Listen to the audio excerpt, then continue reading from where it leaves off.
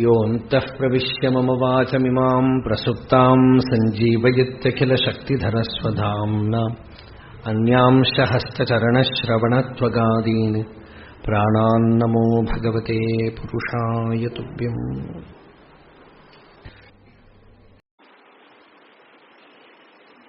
എല്ലാവർക്കും നിസർഗമായിട്ട്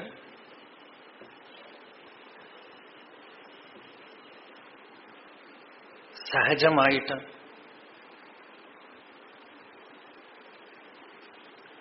സുഖം വേണം, ശാന്തി വേണം,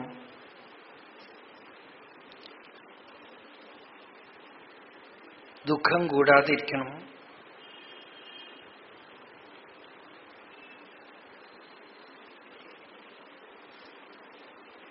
എല്ലാവരുടെയും ആവശ്യമാണ്.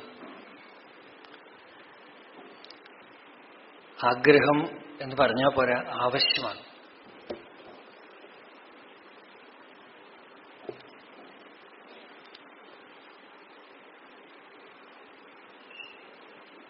അനുസ്യൂതം അറിഞ്ഞോ അറിയാതെയോ നമ്മൾ അതിനായിട്ട് ശ്രമിച്ചുകൊണ്ടേയിരിക്കും. അത് സ്വഭാവമാണ്. വേണ്ടെന്ന് വെക്കാൻ ഒരാൾക്ക് സാധ്യമല്ല. ലൗകികനോ അധ്യാത്മമായിട്ടുള്ള ആളോ, ഹിന്ദുവോ മുസൽമാനോ ക്രിസ്ത്യാനിയോ, ഏത് ജാതിയിലോ മതത്തിലോ ലോകത്തിൽ എവിടെപ്പെട്ട ആളുകളാണെങ്കിലും എല്ലാവർക്കും ഈ ഒരു വാഞ്ഛ,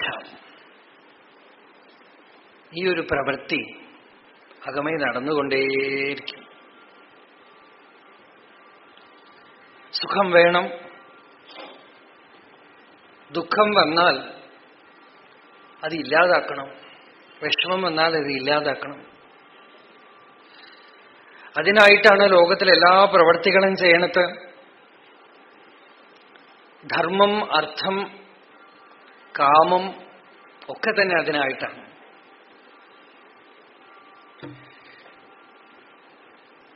ഇതൊക്കെ തന്നെ പരാജയപ്പെട്ട് കഴിയുമ്പോഴാണ് അവസാനം പരമപുരുഷാർത്ഥത്തിനായിട്ട് യത്നിച്ചു തുടങ്ങണത്.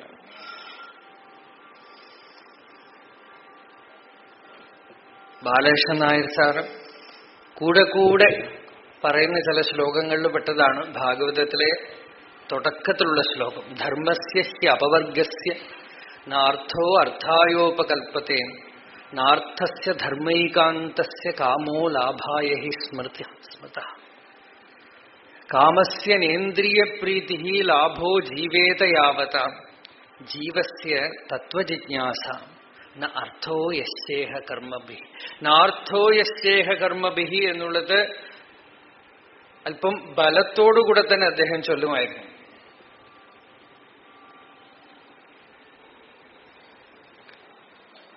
ധർമ്മത്തിന്, ധർമ്മം, അർത്ഥം, കാമം ഇതൊന്നും തന്നെ പരമപുരുഷാർത്ഥമാകുന്നില്ല. ഇതൊക്കെ തന്നെ ലോകത്തിന്റെ ഉള്ളിലാണ്, ഫീൽഡിന്റെ ഉള്ളിലാണ്, ക്ഷേത്രത്തിന്റെ ഉള്ളിലാണ്.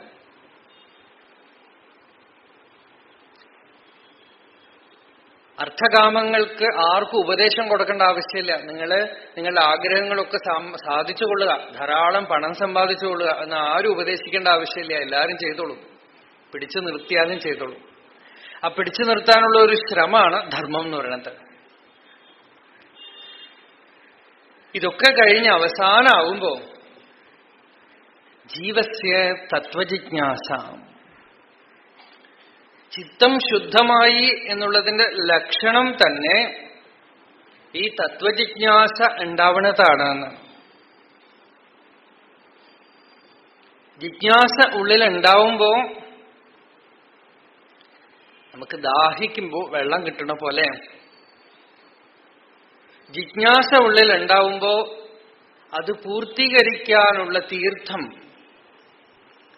സ്വാത്മതീർത്ഥം തരാനുള്ള ഒരു ആചാര്യൻ, ഒരു ഗുരുനാഥൻ എവിടെങ്കിലുമൊക്കെ ഉണ്ടാവും.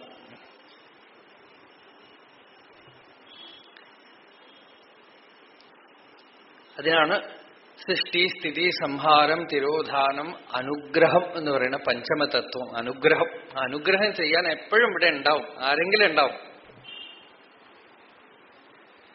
അവരുടെ ശരീരം നിലനിൽക്കുന്നത് തന്നെ ഓൺലി പർപ്പസ് അനുഗ്രഹമാണ്. പക്ഷെ അവരൊക്കെ വോളണ്ടറി ആയിട്ട് അവരൊന്നും ചെയ്യില്ല, നമ്മൾ ഉപയോഗിച്ചോളണം, അത്രയേ ഉള്ളൂ. നിങ്ങൾ വേണമെങ്കിൽ എടുത്തോളണം, നിങ്ങളുടെ സൗകര്യത്തിനനുസരിച്ച് അവർ മാറിത്തരില്ല. വിവേകാനന്ദ സ്വാമി പറഞ്ഞു, if the society has to live, it has to pay homage to truth. The truth will not pay homage to society.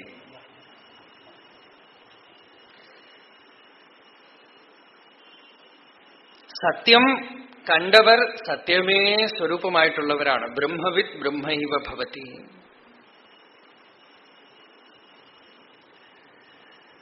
അവര് എല്ലാ കാലത്തും ഉണ്ടാവും. ജിജ്ഞാസുക്കളും എല്ലാ കാലത്തും ഉണ്ടാവും. ജിജ്ഞാസ എന്ന് പറയുന്നത് സ്വരൂപത്തിന്റെ സ്വഭാവമാണ്. വിവേകാനന്ദൻ കൊച്ചു പയ്യനായിട്ട് നരേന്ദ്രനാഥായിട്ട് രാമകൃഷ്ണ പരമഹംസരുടെ അടുത്ത് ചെന്ന് ഈശ്വര സാക്ഷാത്കാരം സാധ്യമാണോ എന്ന് ചോദിക്കുമ്പോൾ, നിങ്ങൾ ആ കഥ വായിച്ചാൽ അറിയാം, നരേന്ദ്രനാഥനെ പിടിച്ചിരുത്തി രാമകൃഷ്ണദേവൻ പൂജിക്കുകയാണ്. സാധാരണ നമ്മള് ഗുരുവിനെ ശിഷ്യന്മാര് പൂജിക്കുന്നതാണ് കണ്ടിട്ടുള്ളത്.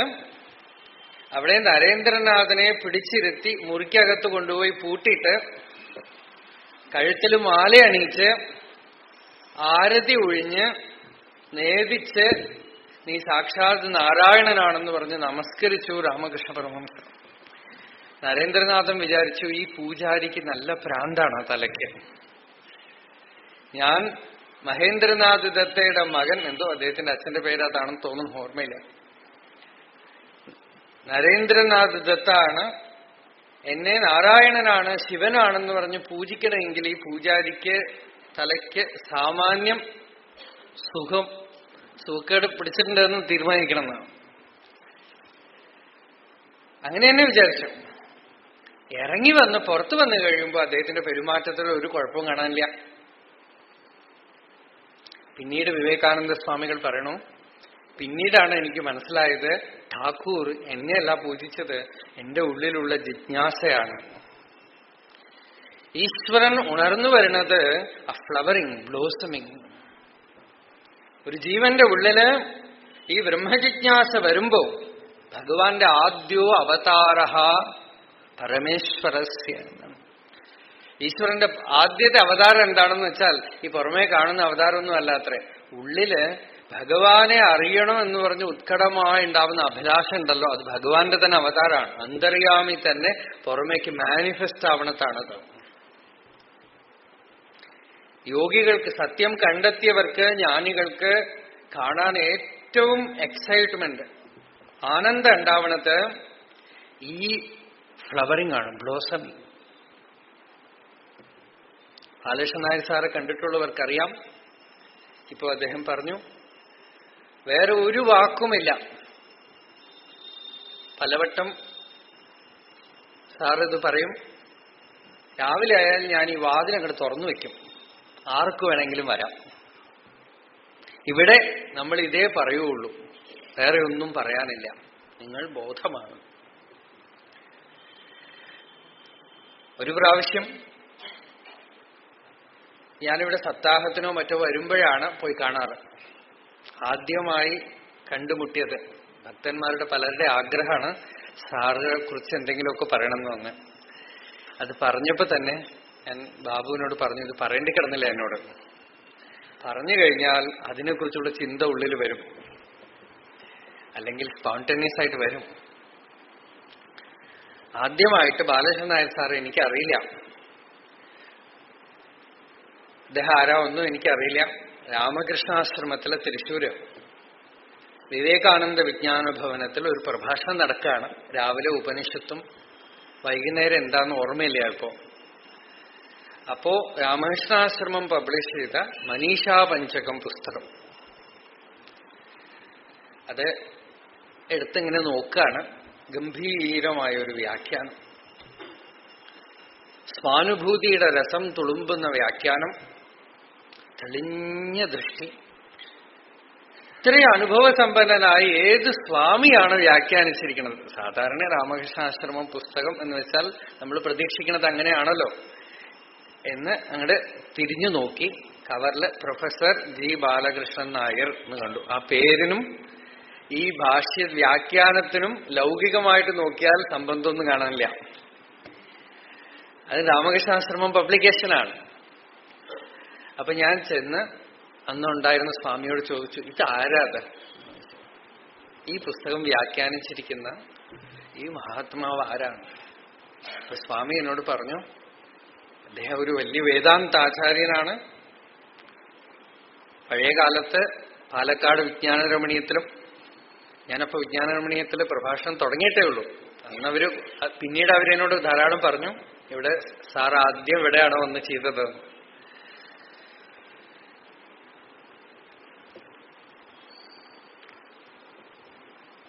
രാമകൃഷ്ണാശ്രമം സ്വാമി എന്നോട് പറഞ്ഞു, ചെന്ന് കാണേണ്ട ഒരു മഹാത്മാവാണ്, അദ്ദേഹത്തിന്റെ വാക്കുകൾ കേൾക്കേണ്ടതാണ്, അനുഭവത്തിൽ നിന്നുള്ള വാക്കാണ്, ഒരു തികഞ്ഞ വേദാന്ത ആചാര്യനാണ്. ഇത്രയാണ് അദ്ദേഹത്തിനോട് പറഞ്ഞത്. അത് എക്സാക്ട് വേർഡ്, അത്രയേ ഉള്ളൂ.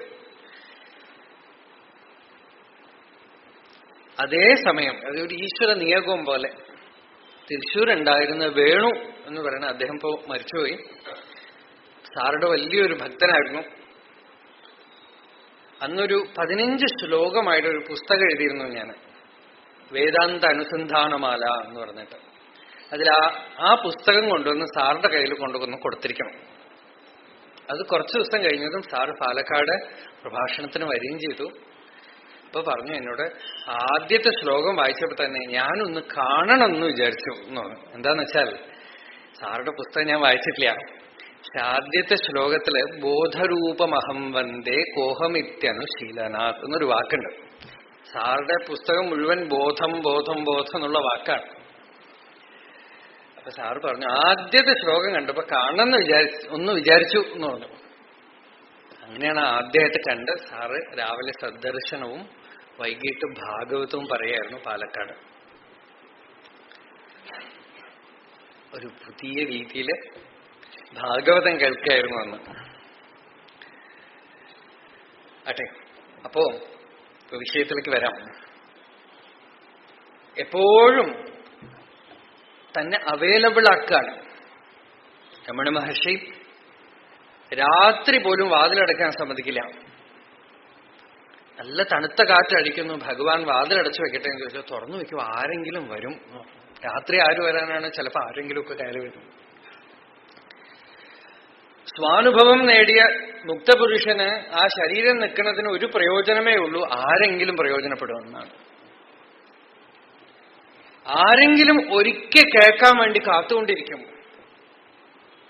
ഭാഗവതത്തില് പൃഥു മഹാരാജാവ് പറയണു, എവിടെയോ സ്വാനുഭവ സമ്പന്നനായ ഒരു ജ്ഞാനി തന്റെ സ്വാനുഭൂതിയെ പുറമേക്ക് വാക്കുകളിലൂടെ പറയുന്നുണ്ടെങ്കിൽ ആ വാക്കുകളിൽ തട്ടിക്കൊണ്ടുവരുന്ന കാറ്റേറ്റാൽ പോലും ആത്മജ്ഞാനം ഉണ്ടാവും, ആത്മസാക്ഷാത്കാരം ഉണ്ടാവുന്നതാണ്.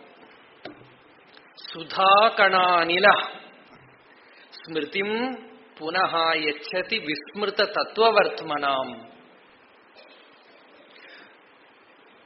മറന്നുപോയ തത്വജ്ഞാനം ഉദ്ബുദ്ധമാകും. ആത്മാനുഭവം എല്ലാവരുടെ ഉള്ളിലുണ്ടേ, അതൊന്ന് ഓർമ്മിപ്പിക്കേ വേണ്ടൂ. ഗുരു എന്തിനാന്ന് വെച്ചാൽ ഓർമ്മിപ്പിക്കാനാണ്. നമ്മൾ മറന്നുപോയിരിക്കണു, വീണ്ടും ഒന്ന് ഓർമ്മിപ്പിക്കാൻ വേണ്ടി മാത്രമാണ് ഗുരു. ഒരു വലിയ പ്രഭാഷണത്തിന്റെ ആവശ്യമൊന്നുമില്ല. ഒരു പ്രാവശ്യം പലവട്ടം സാറുടെ ആരെങ്കിലും ഭക്തന്മാർ വന്ന് ഇവിടെ വന്ന് സപ്താഹോ എന്തെങ്കിലും നടക്കുമ്പോൾ വിളിച്ചോണ്ട് പോകും. ഒരു പ്രാവശ്യം പോയപ്പോ സാറിങ്ങനെ തോളിൽ പിടിച്ചിട്ട് എന്നോട് ഒരൊറ്റ കാര്യം പറഞ്ഞോളൂ, ഏകമേവ അദ്വിതീയം. വേറെ ഒന്നും മിണ്ടില്ല. ഏകദേശം ഒരു 20 മിനിറ്റ് നേരം അത് പറഞ്ഞിട്ട്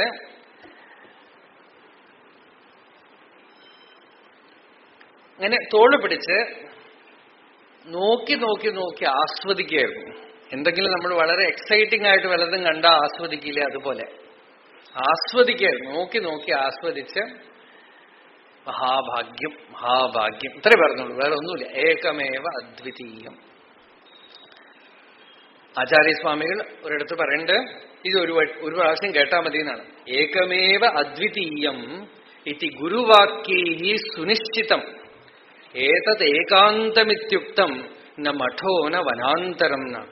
ഒരു മഠത്തിന്റെ ഉള്ളിലോ കാട്ടിന്റെ ഉള്ളിലോ എവിടെയെങ്കിലും മലയുടെ മുകളിലേക്കോ ഒന്നും ഏകാന്തം അന്വേഷിച്ച് പോകേണ്ട ആവശ്യമില്ല. ഒരു സദ്ഗുരു ഏകമേവ അദ്വിതീയം എന്നൊരു പ്രാവശ്യം പറയണത് കേട്ടാൽ ആ സ്വരൂപനിഷ്ഠ ഉണ്ടാവുകയാണെങ്കിൽ മഠമോ കാടോ കാനനമോ ഒന്നും ആവശ്യമില്ല. നിങ്ങൾ ജനാവലികൾക്ക് നടുവിൽ തന്നെ ഏകാന്തമാണ്. ജനകൻ പറഞ്ഞു, ജനങ്ങളുടെ കൂട്ടത്തില് ബഹളത്തിന് നടുവിൽ ഞാൻ കൊടുങ്കാട് പോലെ ഏകാന്തത്തിലിരിക്കുകയാണെന്നാണ്. അഹോ ജനസമൂഹേപി നദ്വൈതം പശ്യത്തോ മമ അരണ്യമിവ സംവൃത്തം ക്വരതിം കരവാണ്യഹം.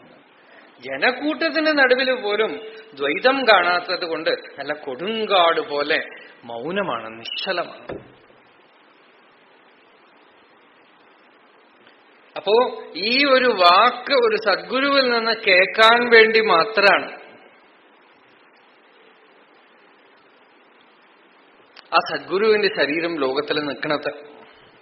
അവർക്കും അത് നല്ലവണ്ണം അറിയാം. അവർക്ക് ലോകത്തുനിന്ന് ഒന്നും കിട്ടാനില്ല, ഒന്നും നേടിയെടുക്കാനില്ല. പേരും പ്രസിദ്ധിയും പുസ്തകം എഴുതലും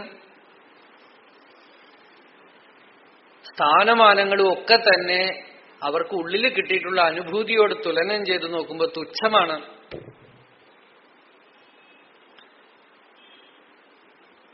ഒക്കെ പ്രശ്നങ്ങളാണ്.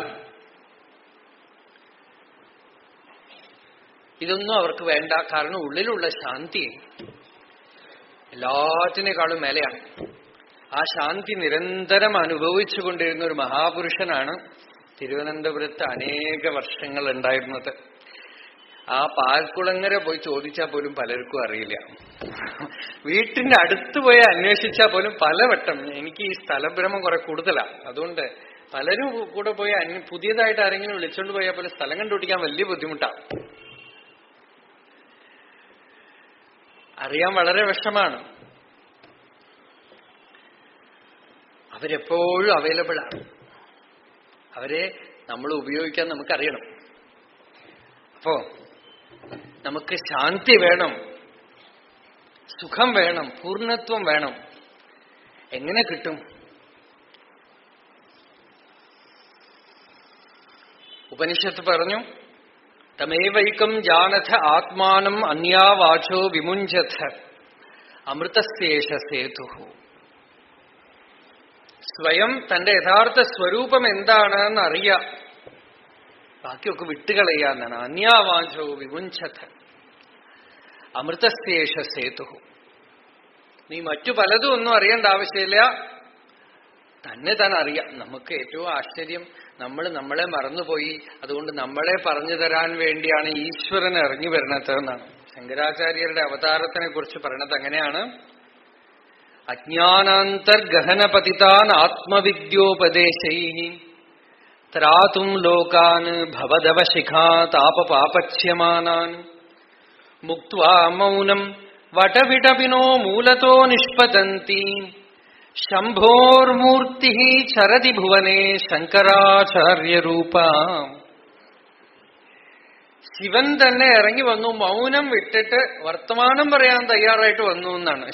മുക്ത്വാ മൗനം വടവിടപിനോ മൂലതോ നിഷ്പതന്തി. ദക്ഷിണാമൂർത്തി തന്നെ വന്നു. വടവിടപി സമീപേ ഭൂമിഭാഗ്യേ നിഷണ്ണം. എന്തിനാ വന്ന് എന്നുവെച്ചാൽ ആത്മവിദ്യോപദേശൈഃ ത്രാതും. നമുക്ക് ഒന്നിന്റെ കുറവേ ഉള്ളൂ. ദശമന്യായം എന്ന് പറയും. സാർ ഈ കൊച്ചു പുസ്തകത്തിൽ പോലും ആ കഥ പറഞ്ഞിട്ടുണ്ട്. ഞങ്ങൾക്കൊക്കെ യജ്ഞപ്രസാദമായിട്ട് ആ പുസ്തകം തരും, ഏകശ്ലോക്കി. അതിൽ പറയേണ്ട പ്രസിദ്ധമായ കഥയാണ്. 9 പേര് 6 കടന്നുപോയി, 10 പേര് 6 കടന്നുപോയി. നല്ല ബുദ്ധിശാലികളാണ്. അതുകൊണ്ടൊരു സംശയം വന്നു, ആരെങ്കിലും വെള്ളത്തിൽ പോയിട്ടുണ്ടോ എന്ന് എണ്ണി നോക്കണം. എണ്ണി നോക്കിയപ്പോ 9 പേരേ ഉള്ളൂ. ഓരോരുത്തരും പറഞ്ഞു നീ എണ്ണടാന്ന് പറഞ്ഞു. ഓരോരുത്തരും എണ്ണി 9 ആളേ ഉള്ളൂ. എല്ലാരും എണ്ണുമ്പോ അവനവനെ വിട്ടിട്ടാണ് എണ്ണണത്. അവസാനം വഴിപോക്കൻ ഒരാൾ വന്നിട്ട് ചോദിച്ചു, എന്തിനാ കരയണ? അല്ല, അപ്പൊ ഒരാള് വെള്ളത്തിൽ പോയി. നിങ്ങൾ എത്ര പേരുണ്ടായിരുന്നു? ഞങ്ങൾ 10 പേര്. ഇപ്പൊ 9 ഉള്ളൂ. നോക്കട്ടെ അയാൾ എണ്ണിയപ്പോ പറഞ്ഞു 9 ഉള്ളൂ. അപ്പം വഴിപോക്കൻ മനസ്സിലാക്കി ഇവർ ചെയ്യണ തെറ്റ്. അദ്ദേഹം പറഞ്ഞു, ഇരിക്കൂ, ഞാൻ എണ്ണാം എന്ന് പറഞ്ഞു. എന്നിട്ട് ഒരു കോലെടുത്ത് പ്രഥമഹാത്വമസി, ദ്വിതീയഹാത്വമസി, തൃതീയഹാത്വമസി, ചതുർത്ഥഹാത്വമസി എന്ന് ഓരോ കിഴുകു കൊടുത്തു. അവസാനം ദശമസ്ത്വമസി എന്ന് പറഞ്ഞു. 10ാമൻ നീയാണെന്നാണ്. അയ്യോ, എന്നെയാണോ നഷ്ടപ്പെട്ടിരുന്നത്? നിങ്ങൾ വലിയ മഹാത്മാവാണ്, വീട്ടിൽ പോയാൽ എന്തു പറയും? എന്നെയാണോ നഷ്ടപ്പെട്ടിരുന്നത്? ഇതുപോലെയാണ് ഗുരു കാണിച്ചു തരുമ്പോ, ദശമസ്ത്വമസി, നീ വിട്ടുപോയ ഒരേ ഒരു കണക്ക് നീയാണ്. നമ്മളുടെ സയൻസും ആധുനിക ശാസ്ത്രവും ചിന്തകന്മാരും ഒക്കെ ചെയ്യണ കുഴപ്പം ഇതാണ്, അവനവനെ വിട്ടിട്ടാണ് എണ്ണണത്. ഗോഡ് പാർട്ടിക്കിളിന് വേണ്ടി ഇപ്പൊ കൊളൈഡർ വെച്ച് ഇടിച്ചുകൊണ്ടിരിക്കുകയാണ്. ഇടിക്കണില്ല, അത് ഇടിച്ചു കഴിഞ്ഞാൽ ലോകം നശിക്കുമോ എന്നാണ് ചിലരുടെ പേടി. ഇങ്ങനെ പല വിഷമങ്ങള് ലോകത്തിൽ പലവിധ കാർട്ടൂൺ ഷോ നടന്നുകൊണ്ടിരിക്കുന്നുണ്ട്. വെറും കാർട്ടൂൺ ഷോ നടന്നുകൊണ്ടിരിക്കുന്നുണ്ട്. ഗോഡ് പാർട്ടിക്കിളിനെ പുറത്ത് അന്വേഷിക്കുകയാണ്. അന്വേഷിക്കണവൻ തന്നെ വിട്ടു. അന്വേഷിക്കണവൻ തന്നെ വിട്ടു. തന്നെ വിട്ടിട്ടാണ് ബാക്കി പദാർത്ഥങ്ങളെ മുഴുവൻ അന്വേഷിക്കണത്. ഇന്നലെ ഒരാളൊന്നും ഇങ്ങനെ പറയായിരുന്നു, ഹാർട്ട് ആർക്കോ നിന്നുപോയി കുറച്ചു നേരത്തേക്ക്. പിന്നെ അത് ഡോക്ടേഴ്സ് വേണ്ട വിധത്തിൽ അതിനൊക്കെ ചെയ്ത് ഇളക്കി വിട്ടു ഒരു 10 മിനിറ്റിന് ശേഷം. അപ്പൊ ഈ ആള് ഡോക്ടറുടെ അടുത്ത് ചോദിച്ചു, സാധാരണ നമ്മളൊക്കെ സാധാരണ മനുഷ്യർ വിചാരിക്കുന്നത് മരണം എന്ന് വെച്ചാൽ ഹാർട്ട് നിന്നുപോകലാണ് എന്നാണ് വിചാരിക്കുന്നത്. ഇപ്പൊ നിങ്ങൾ തന്നെ പറയണു 10 മിനിറ്റ് നിന്നുപോയി എന്ന് പറയണു, പിന്നെ ഇളക്കി വിട്ടപ്പോ ജീവിക്കുന്നുണ്ടെന്ന് പറയണു. അപ്പൊ വാട്ട് ഈസ് ഡെത്ത്? ഞങ്ങൾക്കറിയില്ല. ഹാർട്ട്, ലിവർ, കിഡ്നി എല്ലാം മാറ്റിവെക്കാം എന്നാണ് ഇപ്പൊ അവര് തന്നെ പറയണത്. Heart transplantation, liver transplantation, kidney transplantation ഒക്കെ. പക്ഷെ ഇതിനൊക്കെ പുറകെ ഇരുന്നു കൊണ്ട് ഏന രൂപം രസം ഗന്ധം ശബ്ദാൻ സ്പർശാൻശ്ച മൈഥുനാൻ ഏതേനൈവ വിജാനാതി കിമത്ര പരിശിഷ്യത്തെ. ഏതൊന്നാണ് ഇരുന്നു കൊണ്ട് രൂപം രസം ഗന്ധം ശബ്ദം സ്പർശം ഒക്കെ അറിയണത്? ഏതിന്റെ സാന്നിധ്യം കൊണ്ടാണ് ഹൃദയം പ്രവർത്തിക്കണത്, ഇന്ദ്രിയങ്ങൾ പ്രവർത്തിക്കണത്, ശരീരം പ്രവർത്തിക്കണത്? ആ അനുഭൂതി കേന്ദ്രം നമ്മളുടെ സ്വസ്വരൂപമായി ഇരുന്നു കൊണ്ട് പോലും ശ്രദ്ധ അതിൽ പോണില്ല. ആ ശ്രദ്ധയെ അവിടെ തിരിച്ചുവിടാനുള്ള ഒരു വിഭൂതിയാണ് പുറമേക്ക് ഗുരു. ആ ഒരു വിഭൂതി കൂടാതെ നമ്മളുടെ ശ്രദ്ധ അങ്ങടേക്ക് തിരിയില്ല. ബാക്കി എല്ലാ വസ്തുക്കളെയും നോക്കിക്കൊണ്ടിരിക്കും, നമ്മളെ നോക്കില്ല. ആത്മാനുഭവം പോലും നേടേണ്ട ആവശ്യമില്ല. ആത്മാനുഭവം ഇല്ലാത്ത ആളുകൾ ആരുമില്ല, എല്ലാവർക്കും ആത്മാനുഭവം ഉണ്ട്.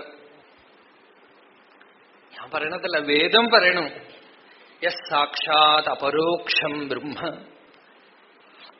ആത്മാ സർവാനുഭൂഹു എന്നാണ്. എല്ലാരും അനുഭവിക്കണമെന്നാണ്. സർവാനുഭൂഹു. അനുഭവിക്കാത്ത ആളുകളേ ഇല്ല, അജ്ഞാനികളെ ലോകത്തിലില്ല. സൂര്യനിൽ ഇരുട്ട് നിൽക്കുവോ? സൂര്യനെ എത്ര പറഞ്ഞു കൊടുത്താൽ ഇരുട്ടെന്നുള്ളത് മനസ്സിലാവുകയില്ല. അതുപോലെ ആത്മാവിൽ അജ്ഞാനം എന്നുള്ളതിന് നിലനിൽപ്പേ ഇല്ല. സുഖം എന്നുള്ളത് നമ്മളുടെ സ്വരൂപമാണ്. ദുഃഖിക്കണം എന്ന് വിചാരിച്ച് നമ്മൾ ദുഃഖിക്കുകയാണ്. ദുഃഖം വാസ്തവത്തില് നമ്മളുടെ അകത്ത്, നമ്മളുടെ സ്വരൂപത്തിൽ ഇല്ല. എന്താണ് അതിന് തെളിവ് എന്ന് വെച്ചാൽ ദിവസം അനുഭവിക്കുന്ന സുഷുപ്തി. സമാധി എന്ന് പറഞ്ഞാൽ നമ്മൾ അനുഭവിച്ചിട്ടില്ല എന്ന് പറയും. ആത്മസാക്ഷാത്കാരം എന്ന് പറഞ്ഞാൽ ആവോ അതെന്താ നമുക്ക് അറിയില്ല എന്ന് പറയും. ഈശ്വര സാക്ഷാത്കാരം എന്ന് പറഞ്ഞാൽ നമുക്ക് മനസ്സിലാവില്ല. ആത്മാന്നൊക്കെ പറഞ്ഞാലും ചിലരൊക്കെ ചോദിക്കണത് അതെന്താ ഒരു ലൈറ്റ് പോലെ ഉള്ളിൽ ഇങ്ങനെ കാണുമോ? ചില ആളുകൾ അങ്ങനെ പറഞ്ഞും കൊടുക്കണുണ്ട്. ആത്മാന്ന് പറയണത് ഒരു ലൈറ്റാണ്, നിങ്ങൾ കണ്ടുകൊള്ളുക.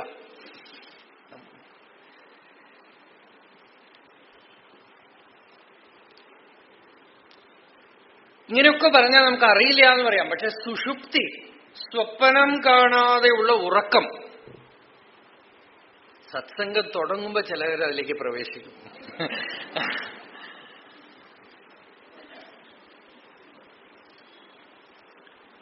സ്വപ്നം കാണാതെയുള്ള ഉറക്കം, സുഷുപ്തി. സുഷുപ്തി എന്ന് പറഞ്ഞാൽ ചിലർക്ക് മനസ്സിലാവില്ല. ഇപ്പോ നമുക്ക് വിഷമതാണ്. തമിഴ്നാട്ടിൽ വളരെ ബുദ്ധിമുട്ടാണ്. എന്താണെന്ന് വെച്ചാൽ സംസ്കൃതം വാക്ക് പ്രയോഗിച്ചാൽ പിന്നെ നമുക്കത് ട്രാൻസ്ലേഷൻ ചെയ്യേണ്ടി വരും. അപ്പൊ സുഷുപ്തി എല്ലാവരുടെയും അനുഭവമാണ്. ജാഗ്രത്തിൽ നിങ്ങൾക്ക് സുഖമുണ്ട്, ദുഃഖമുണ്ട്. നിങ്ങളിത് ശ്രദ്ധിച്ച് കേട്ടാലേ മതി. നിങ്ങളൊന്നും അറിയേണ്ട ആവശ്യമില്ല. നിങ്ങളുടെ പൂർണ്ണത്വം നിങ്ങൾക്ക് നഷ്ടപ്പെട്ടിട്ടേയില്ല. ജാഗ്രത്തിൽ സുഖമുണ്ട്, ദുഃഖമുണ്ട്. സ്വപ്നത്തിലും സുഖമുണ്ട്, ദുഃഖമുണ്ട്. സുഷുപ്തിയിൽ സുഖവും ദുഃഖവും ഉണ്ടോ? ദുഃഖത്തിന് പ്രവേശനമില്ലാത്ത സർവതോഭദ്രമായ ഒരു സ്ഥാനാണത്. ദുഃഖം ജാഗ്രത സ്വപ്നത്തോടെ അവസാനിച്ചു. ഏറ്റവും വിഷമിക്കുന്ന ദിവസം പോലും സുഷുപ്തിയിൽ ആ ദുഃഖത്തിനെയും കൊണ്ട് പ്രവേശിക്കാൻ പറ്റില്ല. കൈയും കാലും ഒക്കെ മുറിഞ്ഞു കിടക്കുന്ന ആൾക്ക് പോലും സുഷുപ്തിയിലേക്ക് കടന്നു കഴിഞ്ഞാൽ ഇതിന്റെ വേദനയൊന്നും അറിയില്ല. ഒരാഗ്രഹവും അവിടെ ഇല്ല. അവിടെ താൻ ആണല്ല, പെണ്ണല്ല, ബ്രാഹ്മണനല്ല, ക്ഷത്രിയനല്ല, വൈശ്യനല്ല, ശൂദ്രനല്ല, ഹിന്ദുവല്ല, മുസൽമാനല്ല, മനുഷ്യനോ മൃഗമോ അല്ല. ഉപനിഷത്ത് തന്നെ ഇതൊക്കെയാണ് നിരത്തി പറയണത്. സ്തേനഃ അസ്തേനോ ഭവതി, ഭ്രൂണഃ അഭ്രൂണഃ ഭവതി, മാതാ അമാതാ ഭവതി, പിതാ അപിതാ ഭവതി. എല്ലാവർക്കും ഉള്ള അനുഭവമാണ് സുഷുപ്തി. അത് അനുഭവമാണെന്നുള്ളതിന് തെളിവ് എന്താന്ന് വെച്ചാൽ എഴുന്നേൽക്കുമ്പോൾ കുറച്ചു നേരം കൂടെ പോയാൽ വേണ്ടില്ല എന്ന് എല്ലാവർക്കും തോന്നുന്നുണ്ട്, അല്ലേ?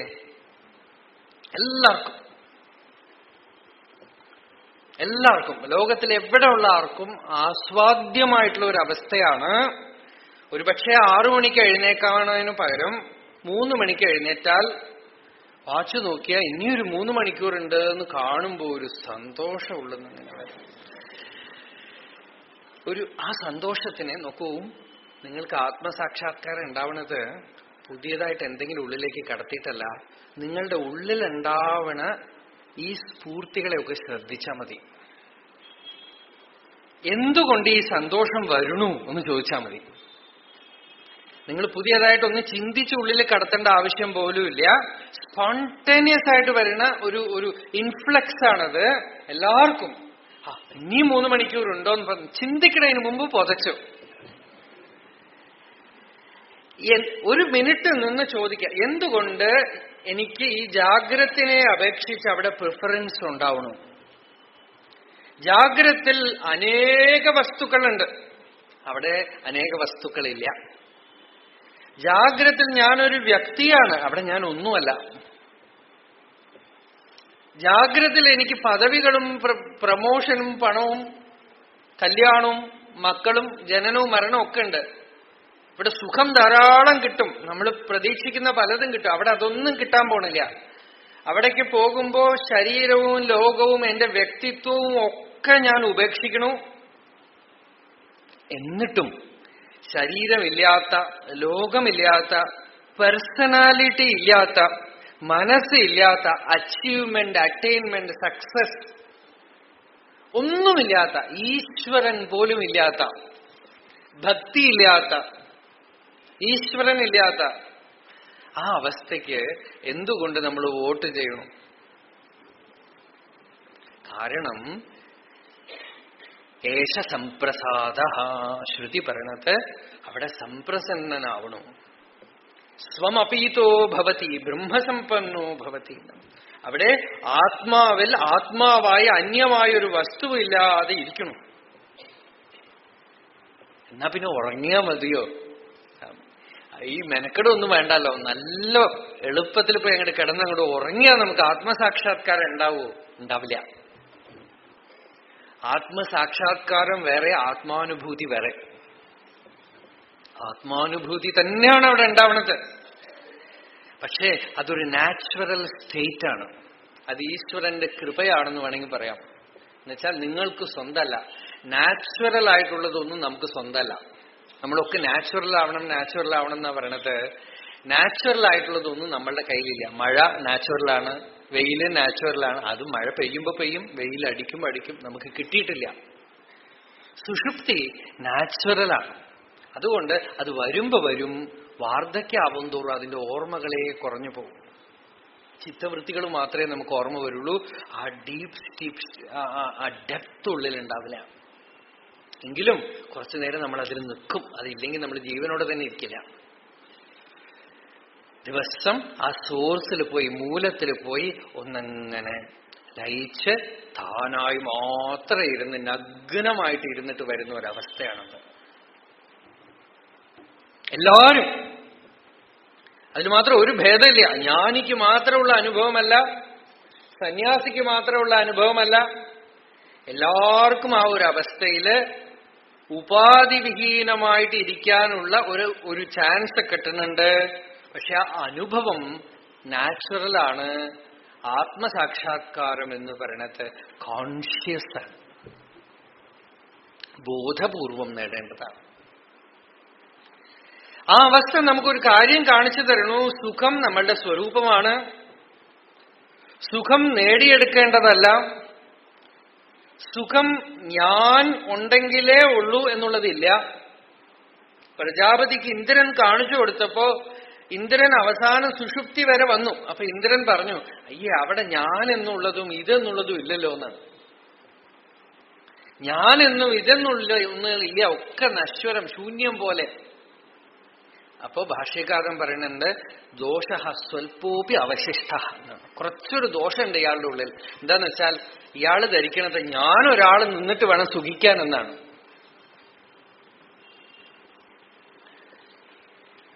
ആ സുഷുപ്തി അവസ്ഥയിൽ നിന്നും ഉണർന്ന് ജാഗ്രതയിൽ വരുമ്പോ ഞാനെന്നുള്ളത് ഉദിച്ചു, മനസ്സ് വിരിഞ്ഞു, പ്രപഞ്ചം കണ്ടു. നമ്മളുടെ പ്രശ്നങ്ങളൊക്കെ തുടങ്ങുകയും ചെയ്തു. അനുഭവം ഉണ്ടായാലും പോരാ, ജ്ഞാനുണ്ടായില്ല. നമ്മൾ എഴുന്നേക്കുമ്പോ ഒരു കാര്യം പറഞ്ഞു, സുഖമായിരുന്നു, ഒന്നും അറിഞ്ഞില്ല എന്നാണ്. സുഖമായിരുന്നു എന്ന് പറയണത് ഡയറക്റ്റ് എക്സ്പീരിയൻസ് ആണ്. ഒന്നും അറിഞ്ഞില്ല എന്ന് പറയണത് ബുദ്ധിയുടെ വാക്കാണ്. അതിന് ബുദ്ധിക്ക് അവിടെ പ്രവേശമില്ലാത്തത് കൊണ്ട് ബുദ്ധി പറയണു, അവിടെ എന്താന്ന് എനിക്ക് പിടികിട്ടില്ല. സുഖമോ എന്റെ സ്വരൂപമാണ്, സ്വാഭാവികമാണ്. ഈ സ്വാഭാവികമായ സുഖത്തിനെ നിങ്ങൾ നേടിയെടുക്കേണ്ട ആവശ്യമില്ല, പുറമേ നിന്നൊന്നും വേണ്ട. ഈ സ്വാഭാവികമായ സുഖത്തിനെയാണ് നമ്മൾ അന്വേഷിക്കുന്നത്, സിദ്ധമായ സുഖത്തിനെയാണ് നമ്മൾ അന്വേഷിക്കുന്നത്. ആദ്യം ഇതൊരു കാര്യം സ്വീകരിക്കാം. സുഖം പുറമേ നേടിയെടുക്കേണ്ട ആവശ്യമില്ല, നമ്മളുടെ സ്വരൂപമാണത്. ഞാൻ എന്ന് പറയണതിന്റെ ഉണ്മയായ അർത്ഥമാണത്. ഞാൻ എന്ന് പറയുന്ന ഈ വ്യക്തിത്വം സുഷുപ്തിയിലില്ല അല്ലേ? ശങ്കരാചാര്യര് കൊച്ചുകുട്ടിയായി ഗോവിന്ദ ഭഗവത് പാദരുടെ മുമ്പിൽ പോയി നിൽക്കുമ്പോ ഗോവിന്ദ ഭഗവത് പാദർ ചോദിച്ചു, കുട്ടി നീ ആരാണെന്ന് ചോദിച്ചു. 8 വയസ്സ് പയ്യൻ. ഒന്ന് ആലോചിച്ച് നോക്കൂ, സത്യത്തിന് വേണ്ടിയുള്ള ജിജ്ഞാസ, ദാഹം അല്ലേ? നമുക്ക് 8 മണി കഴിഞ്ഞാൽ ഒരു 10 വട്ടം വാച്ച് നോക്കും, ഓട്ടോ കിട്ടുമെന്ന് സംശയമാണ്. 8 വയസ്സ് പയ്യൻ നടന്ന് മധ്യപ്രദേശ് വരെ പോയിരിക്കാം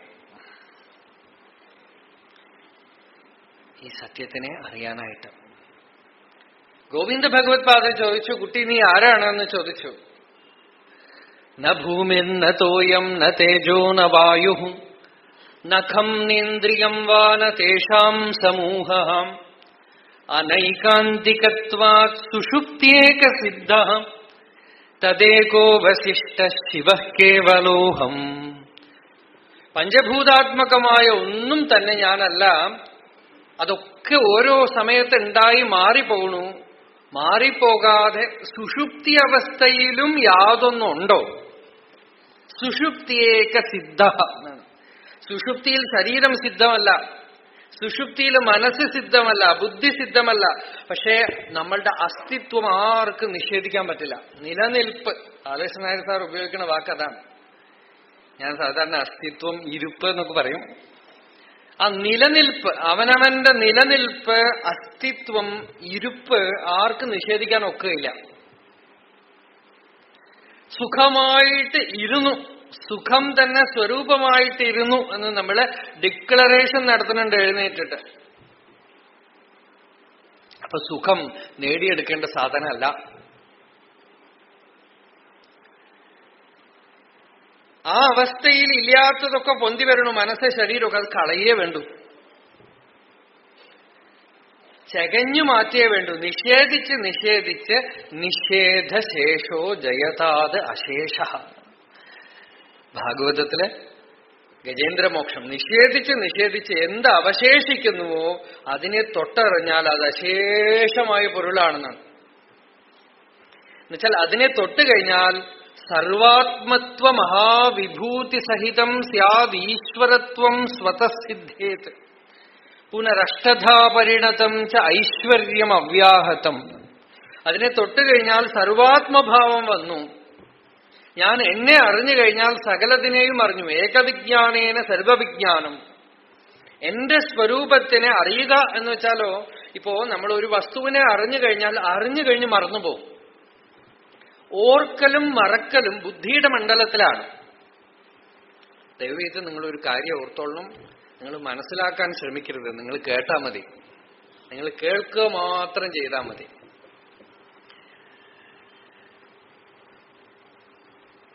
കേൾക്കുക മാത്രം ചെയ്താൽ മതി. ഇത് കടക്കേണ്ട ഇടത്തേക്ക് ഉള്ളിലേക്ക് കടന്നോളൂ. ഓർക്കുക, മനസ്സിലാക്കുക ഒക്കെ തന്നെ മനസ്സാണ് ചെയ്യുന്നത്. ഈ മനസ്സ് സത്യത്തിനെ അറിയാൻ പര്യാപ്തമല്ല. സ്വയം സത്യം തന്നെ സത്യത്തിനെ അറിഞ്ഞുകൊള്ളും. ഭാഗവത സമ്പ്രദായം അങ്ങനെയാണ്. ഭഗവാൻ ഉപദേശിച്ചു, ഭഗവാൻ കേട്ടു എന്നാണ് നമ്മൾ പറയാ. അല്ലാതെ ഭഗവാൻ ഉപദേശിച്ച് ഭക്തൻ കേട്ടാൽ ശരിയാവില്ല. ഭഗവാൻ ഉപദേശിച്ച് ഭക്തൻ കേട്ടതുകൊണ്ടാണ് അർജുനൻ മറന്നുപോയത്. ഭഗവാൻ ഉപദേശിച്ച് ഭഗവാൻ തന്നെ കേട്ടാൽ മറന്നുപോവില്ല, വിട്ടുപോവില്ല. കാരണം ബോധജന്യ സ്മൃതി ഉണ്ടാവും. നമുക്ക് ക്രിയാജന്യ സ്മൃതി, സംബന്ധജന്യ സ്മൃതിയാണ് നമ്മളുടെ ബ്രെയിനിന്റെ. ഒരു വസ്തു കാണാനില്ല, മൊബൈൽ ഫോൺ എവിടെയോ വെച്ചു, അന്വേഷിച്ചു, കണ്ടുപിടിച്ചു, അവിടെ ഉണ്ട്. പിന്നെ അത് എടുത്തു വെച്ച് പിന്നെയും മറന്നു, പിന്നെ അതിന്റെ ആവശ്യമില്ല അല്ലേ. പിന്നെ അത് ഉപയോഗിക്കുമ്പോഴേ എടുക്കുകയുള്ളൂ. നേരെ മറിച്ച് നമ്മളെ കുറിച്ചുള്ള മറവി എന്ന് പറയുന്നത് വേറെ വാക്കില്ലാത്തത് കൊണ്ട് നമ്മളത് ഉപയോഗിക്കുകയാണ്. ആവരണമാണ്. ആ ആവരണ ദോഷം നീക്കുമ്പോ ആ ക്ഷണം മുതൽക്ക് അവിഛിന്ന അനുഭവമാണ്, വിച്ഛിത്തിയില്ലാത്ത അനുഭവമാണ്. സാധാരണ പറയുന്ന ഉദാഹരണം, കഴുത്തിലിട്ട മാല, മൂക്കത്ത് വെച്ച കണ്ണട.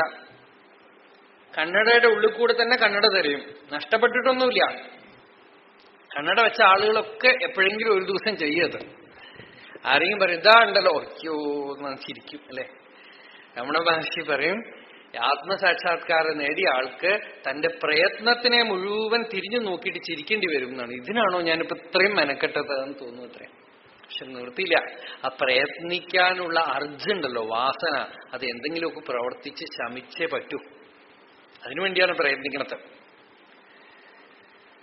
നമുക്ക് പുറമേ നിന്ന് കിട്ടാനുള്ളതല്ല ഇത്, സ്വതസിദ്ധമാണ്, നമ്മളുടെ സ്വരൂപമാണ്. അതിനെ കാണിച്ചു തരിക മാത്രമാണ് ഒരു ദേശികൻ ചെയ്യണത്, ഗുരു ചെയ്യണത്. അതുകൊണ്ടാണ് ദേശികൻ എന്ന പേര്. കൈ ചൂണ്ടി കാണിക്കുന്ന ആള്, നീ അതാണ്, തത്വമസി. വളരെ സിമ്പിളാണ്. അതുകൊണ്ടാണ് ആളുകൾക്ക് ഇത് വേണ്ടാത്തത് എന്നാണ് ആചാര്യസ്വാമികൾ ഒരിടത്ത് പറഞ്ഞു. വിചാരദർപ്പണം എന്നൊരു ഏകശ്ലോകി, ഇതുപോലെ ഒരു കൃതിയാത്. അതിലൊരു ശ്ലോകം, ആളുകള് വിഷമം വരുമ്പോ ആര് വേദാന്ത വിചാരം ചെയ്യും? സദ്ഗുരുവിന്റെ അടുത്ത് ആര് പോകും? ആദ്യം പോണത് അടുത്ത് കാണുന്ന ജ്യോത്സ്യന്റെ അടുത്തേക്കാണെന്നാണ്. എന്നിട്ട് ആ ജ്യോത്സ്യൻ എന്തെങ്കിലും പറഞ്ഞാൽ ഭക്തിയോടെ ചെയ്യൂ അത്ര. അദ്യാഷ്ടമീതി നവമീതി ചതുർദശീതി ജ്യോതിഷ്കവാചേ ഉപവസന്തി ഭക്തിയാണ്.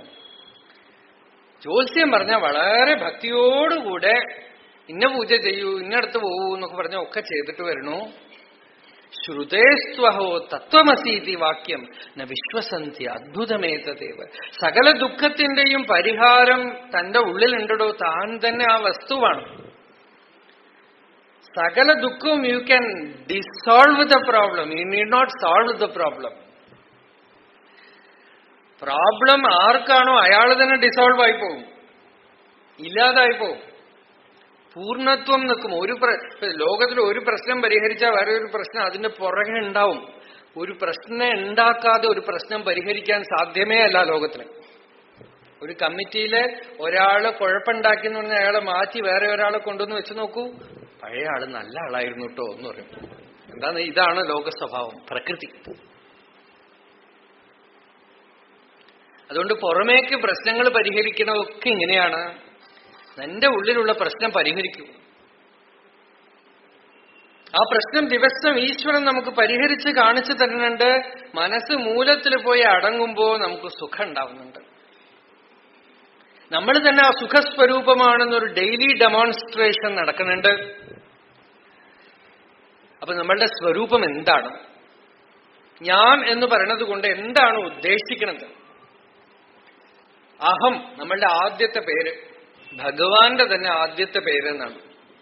ബൃഹദാരണ്യക ഉപനിഷത്ത് പറഞ്ഞു, ഈശ്വരൻ ആദ്യമായി അഹമിത്യഭാണീ, അഹം എന്ന് പറഞ്ഞു എന്നാണ്. ഞാൻ എന്ന് പറഞ്ഞു. ഈ ക്രിസ്ത്യാനികളെ യഹോവ എന്ന് പറയും. അതിനർത്ഥതാത്രേ അയാം എന്നാണ്, ഞാൻ. എന്താന്ന് വെച്ചാൽ ഈശ്വരൻ അഗ്നി രൂപത്തിൽ ആവിർഭവിച്ചു. അതാണ് അവരുടെ കഥ.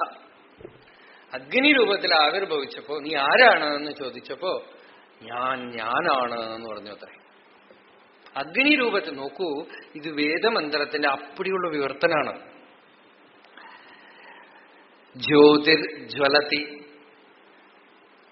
ആർദ്രം ജ്വലതി, ജ്യോതിരഹമസ്മി. ഉള്ളിലൊരു അഗ്നി ജ്വലിക്കണു. ആ അഗ്നി പറഞ്ഞു അഹമസ്മി, യോഹമസ്മി, അഹമസ്മി, അഹമേവാഹമസ്മി. ഞാൻ തന്നെയാണ്. ആ ഞാൻ തന്നെയാണെന്ന് പറയുന്നതാണ് അത്രേ ഈ യഹോവ എന്നുള്ള വാക്കിന്റെ അർത്ഥം. I am that I am എന്നാണ് ഇംഗ്ലീഷിൽ എന്റെ translation. I am that I am. ശ്രുതി നമുക്ക് കൊച്ചുകുട്ടികൾക്ക്, നമ്മൾക്കൊക്കെ അനുഭവമുള്ള വിഷയമാണ്. നിങ്ങൾക്ക് ആത്മസാക്ഷാത്കാരത്തിന് പുസ്തകമൊന്നും വേണ്ട. ബാലകൃഷ്ണൻ നായർ സാർ തന്നെ പലവട്ടം പറയണതാണ്, ഇത് നിങ്ങൾക്ക് പിടികിട്ടുമെങ്കിൽ നിങ്ങൾ പുസ്തകമൊന്നും വായിക്കണ്ട, ഇതങ്ങോട്ട് ഉറപ്പിച്ചാൽ മതി എന്ന് പറയും. വളരെ ലളിതമാണ്. എന്തിനിത്രയധികം മെനക്കെടണു? എല്ലാവർക്കും ഈശ്വരൻ ഇല്ല എന്ന് വേണമെങ്കിൽ പറയാം. ഈശ്വരൻ ഒന്നും ഞങ്ങൾ സ്വീകരിക്കില്ല എന്ന് നിഷേധിക്കാം. പ്രപഞ്ചത്തിൽ എന്തിനെ വേണമെങ്കിലും നിഷേധിക്കാം. പക്ഷെ അവനവന്റെ അസ്തിത്വത്തിനെ ആർക്കും നിഷേധിക്കാൻ ഒക്കെയില്ല. അവനവന്റെ നിലനിൽപ്പ്, ഇരിപ്പിനെ ആർക്കും നിഷേധിക്കാൻ ഒക്കെയില്ല.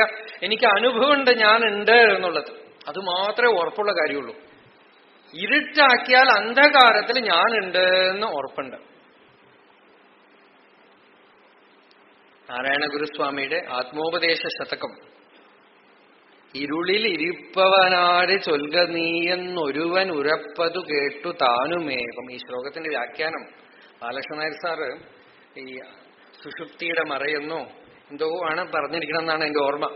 പക്ഷെ വളരെ ലളിതമായിട്ട് അതിന് വാച്യാർത്ഥം തന്നെ നമുക്ക് അനുഭവത്തിൽ മനസ്സിലാവും. ഇരുട്ടിൽ ഇരുന്നാല് രണ്ടുപേര് പരസ്പരം വർത്തമാനം പറഞ്ഞാല് ആരാണ്? ഞാനാണ്. ഒരു സംശയവുമില്ല. ഇരുട്ടില് നല്ലവണ്ണം എനിക്ക് അനുഭവമുണ്ട്. അഹം അഹം അഹം. ഞാൻ എന്തിനെ ധ്യാനിക്കണം? എന്റെ തന്നെ സ്വരൂപം എനിക്ക് സിദ്ധമാണല്ലോ, വേറെ എന്ത് ധ്യാനിക്കണം? ധ്യാനിക്കാൻ എന്താ ഉള്ളത്? ഞാനുണ്ട് എന്നുള്ള അനുഭവമുണ്ട്. പക്ഷെ ഈ ഞാൻ എന്താണെന്നുള്ള കാര്യത്തിലാണ് സംശയം. ആചാര്യസ്വാമികൾ ബ്രഹ്മസൂത്ര ഭാഷ്യം തുടങ്ങുന്നത് തന്നെ ഈ കാര്യം ചർച്ച ചെയ്തുകൊണ്ടാണ്. ബ്രഹ്മം അറിയപ്പെട്ട വസ്തുവാണോ എന്ന് ചോദിക്കുകയാണ്. അല്ല. അല്ലെങ്കിൽ പിന്നെ അറിയപ്പെടാൻ പറ്റാത്തൊരു വസ്തുവിനെ എങ്ങനെ കണ്ടുപിടിക്കും? കണ്ട ഇതാണെന്ന് എങ്ങനെ മനസ്സിലാവും? പലർക്കും എന്ത് വേണമെങ്കിൽ പറയാലോ, അല്ലേ? ആളുകൾ അവർക്ക് തോന്നിയതൊക്കെ പറയുന്നുണ്ട്. നിങ്ങൾക്ക് പാരമാർത്ഥികമായ ലക്ഷ്യം നിങ്ങളുടെ മുമ്പിൽ ഇല്ലെങ്കിൽ, എന്തെങ്കിലും ഒരു ക്ലെയിമാണ് നിങ്ങൾക്ക് വേണ്ടതെങ്കിൽ, നിങ്ങൾ എന്തെങ്കിലുമൊക്കെ കൊണ്ട് തൃപ്തിപ്പെട്ടുകൊള്ളൂ. ഉപനിഷത്തിലെ പ്രജാപതിയുടെ അടുത്തേക്ക് വിരോചനനും ഇന്ദ്രനും കൂടെ പോയപ്പോ പ്രജാപതി പറഞ്ഞു, നല്ലവണ്ണം അലങ്കരിക്കാം, എന്നിട്ട് ഒരു ചിരട്ടയില് വെള്ളം എടുക്കാം, കണ്ണട എടുക്കുക, എന്നിട്ട് മുമ്പിൽ അലങ്കരിച്ച് ചെന്ന് നിന്ന് നോക്കുക, എന്താണോ കാണുന്നത് അത് തന്നെ ആത്മാ, പൊയ്ക്കൊള്ളുന്നു. ശരിക്കും ഇങ്ങനെയാണ് പറഞ്ഞു കൊടുക്കേണ്ടത് എന്നാണ്. നേരെ ചൊവ്വേ പറഞ്ഞു കൊടുക്കാൻ പാടില്ല. അത്രേ ഇവർക്ക് എത്ര കണ്ട് യോഗ്യത ഉണ്ടെന്ന് നോക്കണം. കൺഫ്യൂഷൻ ഉണ്ടാവണം ആദ്യം. ഇന്നിപ്പോ രാവിലെ പോലെ ഒരു ചർച്ച ഉണ്ടായി, പലരും പല പ്രസംഗങ്ങളും കേട്ടിട്ട് കൺഫ്യൂഷൻ ആവണമല്ലോ സ്വാമി. നല്ലതാ. കാരണം കൺഫ്യൂഷൻ ഒരു പെയിനാണ്, ഒരു വേദനയാണ്. ആ വേദന ഉണ്ടായാൽ നമ്മൾ വേദന തീർക്കാൻ പുറപ്പെടും അല്ലേ. അപ്പോ സത്യം കാണുന്ന വരെ നിൽക്കില്ല നമ്മൾ, കാരണം അതൊരു വിഷമുണ്ടാവും ഉള്ളില്. അതുകൊണ്ട് പലതും കേട്ടിട്ട് കൺഫ്യൂഷൻ ആവുകയാണെങ്കിൽ അതും നല്ലതാ. അപ്പോ പ്രജാപതി പറഞ്ഞു കൊടുത്തു, ശരീരം തന്നെ ആത്മാ, പൊയ്ക്കോളൂ എന്ന് പറഞ്ഞു. വിരോചനം ചെന്ന് നോക്കി, നല്ലവണ്ണം അലങ്കരിച്ച് നോക്കി, ഇത് തന്നെ എന്ന് പറഞ്ഞ് പ്രചരിപ്പിച്ചു. അത്രേ മരിച്ചു കഴിഞ്ഞാലും അലങ്കരിച്ച് ഇരുത്തിയിട്ട് വേണം കൊണ്ടുപോവാൻ. ഈ സമ്പ്രദായമൊക്കെ വിരോചനം ഉണ്ടാക്കിയതാണെന്ന്. മരിച്ചു കഴിഞ്ഞാൽ ഭക്ഷണം വായിലിട്ട് കൊടുക്കണം. ശരീരം തന്നെ ആത്മാ, അതിന് നല്ലവണ്ണം നോക്കിക്കൊള്ളണം, പോഷിപ്പിച്ചോളണം. നമ്മള് 90% വിരോചനന്റെ സമ്പ്രദായക്കാരാണ് അനുഭവത്തില്. നമ്മൾ അല്ലാന്നൊക്കെ പറയുമെങ്കിലും ഞങ്ങളൊക്കെ ശങ്കരാചാര്യരുടെ അനുയായികളാണെന്നൊക്കെ പറഞ്ഞാലും കാര്യം വരുമ്പോ ശരീരം നോക്കിക്കൊള്ളൂ കേട്ടോ എന്ന് പറയും. ഈ പ്രഭാഷണം കഴിഞ്ഞ് ചോട്ടിലിറങ്ങിയ സുഖമില്ലാന്ന് കേട്ടല്ലോ, നല്ലവണ്ണം നോക്കിക്കൊള്ളൂ കേട്ടോ. സമ്പ്രദായത്തിൽ വരുമ്പോ നമ്മള് വിരോചനന്റെ സമ്പ്രദായക്കാരാണ്. അപ്പൊ വിരോചനൻ അതും കൊണ്ടുപോയി. അതുകൊണ്ടാണ് ഭാഗവതത്തില് വാമനൻ വന്നപ്പോ മഹാബലിക്ക് മനസ്സിലായില്ല എന്ന് ധരിച്ചിട്ട് സുഖബ്രഹ്മ മഹർഷി പറയണത്, ഏഷ വൈരോചനെ സാക്ഷാത് ഭഗവാൻ വിഷ്ണുരവ്യയ.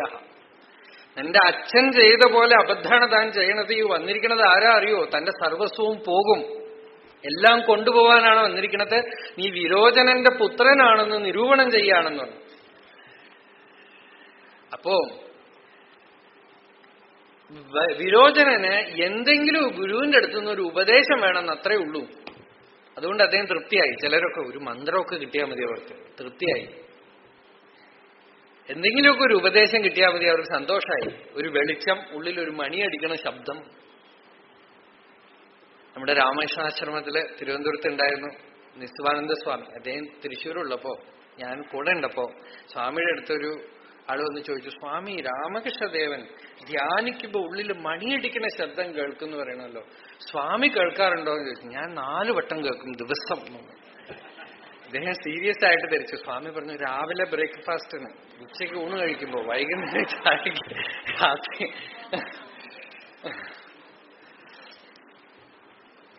ഇങ്ങനെ എന്തെങ്കിലും കിട്ടിയാൽ മതി, പലർക്കും സന്തോഷമാണ്. എന്താന്ന് വെച്ചാൽ you only want to claim something. എന്തെങ്കിലും ഒരു കിട്ടി എന്ന് പറഞ്ഞ് അഭിമാനിക്കേ വേണ്ടൂ, സത്യമൊന്നും വേണ്ട. ഒരു പദവിയൊക്കെ കിട്ടുന്ന പോലെ അല്ലെ, ഒരു പൊസിഷനൊക്കെ കിട്ടുന്ന പോലെ, ഒരു ഡോക്ടറാണ്, എഞ്ചിനീയറാണെന്ന് ഒരു പേര് കിട്ടിയാൽ മതി എന്നുള്ള മട്ടില് പോലെ, ഓടിക്കാൻ പോലും അറിയണ്ട, ലൈസൻസ് കിട്ടിയാൽ മതി എന്നാണ് ചിലർ പറയണത്. അതുപോലെ എന്തെങ്കിലും കിട്ടിയാൽ തൃപ്തിയാവുമെങ്കിൽ നമ്മൾക്ക് സത്യത്തിനോട് അടുക്കാം. അപ്പൊ ജിജ്ഞാസ ആയില്ല. അതാണ് ആചാര്യസ്വാമികൾ അവഗതി പര്യന്തം ജ്ഞാനം എന്ന് പറഞ്ഞത്. ജിജ്ഞാസയ്ക്ക് ഭാഷ്യകാരൻ പറഞ്ഞ അർത്ഥം തന്നെ അവഗതി പര്യന്തം ജ്ഞാനം, പൂർണ്ണാനുഭവം വരണവരെ നിൽക്കാത്ത വിചാരം. അപ്പൊ ശരീരമാണ് ആത്മാവ്, ശരീരമാണ് ഞാൻ എന്ന് പലരും ധരിച്ചിരിക്കുന്നു. അതിൽ തന്നെ പലരും തൃപ്തരാണ്. മറ്റു പല മണ്ഡലങ്ങൾ നിങ്ങൾ അധ്യാത്മ ലോകത്തിൽ കണ്ണോടിച്ചു നോക്കിയാൽ തന്നെ അറിയാം, പല തലത്തിൽ നിൽക്കണവരും, മനസ്സിന്റെ തലത്തില്, പ്രാണന്റെ തലത്തില്. ഇതുകൊണ്ടൊക്കെ തൃപ്തരാണ്, പക്ഷെ പൂർണ്ണമായില്ല എന്ന്. ആധ്യാത്മികത മുഴുവൻ ഇവിടെ അവസാനിച്ചു. ഞാൻ ആരാണ്? എനിക്ക് അനുഭവം ഉണ്ടെന്ന് ധരിക്കുന്ന എന്നെ തന്നെയാണ് ഇവിടെ, ഞാൻ തന്നെയാണ് ഇവിടെ വിഷയം. ഈശ്വരനല്ല, ബ്രഹ്മവുമല്ല. ബോധം എന്ന് പറയും. ബോധം എന്താണ്? ഈ പുസ്തകം തന്നെ എടുത്ത് നോക്കൂ, വ്യാഖ്യാനിച്ച് ഭംഗിയായിട്ട് പറയണ്ട്. എല്ലാവർക്കും അവനവന്റെ ഉള്ളിൽ അനുഭവമുള്ള ഞാൻ ഞാൻ ഞാൻ ഞാൻ എന്നുള്ള അനുഭവം എന്ന് പറയുന്നത് അത് മാത്രമാണ്. നിങ്ങൾ ഒരു പക്ഷേ സാക്ഷാത് ഗുരുവായൂരപ്പനെ മുമ്പിൽ കണ്ടാൽ പോലും അനുഭവമൊന്നും ആവില്ല, അത് ദൃശ്യം മാത്രമാണ്. ഗുരുവായൂരപ്പൻ ദൃശ്യമായിട്ടിരിക്കുന്നിടത്തോളം അനുഭവമല്ല. കാരണം മുമ്പിൽ വന്നു മറഞ്ഞുപോയി. അതുകൊണ്ടാണ് ഗോപസ്ത്രീകൾ പറഞ്ഞത് ഇതെനിക്ക് വേണ്ട. കുറുവന്തിഹി ത്വയി രതിം കുശലാഹ സ്വ ആത്മൻ നിത്യപ്രിയേ പതിസുതാദിവിരാർത്തിദൈഹിക്കും. പുറമേ ദൃശ്യപദാർത്ഥങ്ങൾ, ഇതാ ഭാര്യയുണ്ട്, മക്കളുണ്ട്, കുട്ടികൾ, ഇതൊക്കെ വന്നു പോയി മരിച്ചുപോയി അത്യധികം ദുഃഖം ഉണ്ടാക്കും. ഇതൊക്കെ എന്തിനാ? ആത്മന് സ്വസ്വരൂപത്തിൽ ആര് രതി വെക്കുന്നുവോ അവര് കുശലാഹ, നല്ല സാമർഥ്യമുള്ളവരാണെന്നാണ്. കാര്യം എടുക്കാൻ അറിയണവരാണ് അവര്. അവർക്ക് ലക്ഷ്യത്തിലാണ് അവരുടെ ദൃഷ്ടി. അതുകൊണ്ട് വേറെ ഒന്നും കൊണ്ട് തൃപ്തിപ്പെട്ടു പോവരുത് എന്നാണ്. വേറെ ഒന്നും കൊണ്ട് തൃപ്തിപ്പെട്ടു പോവരുത്.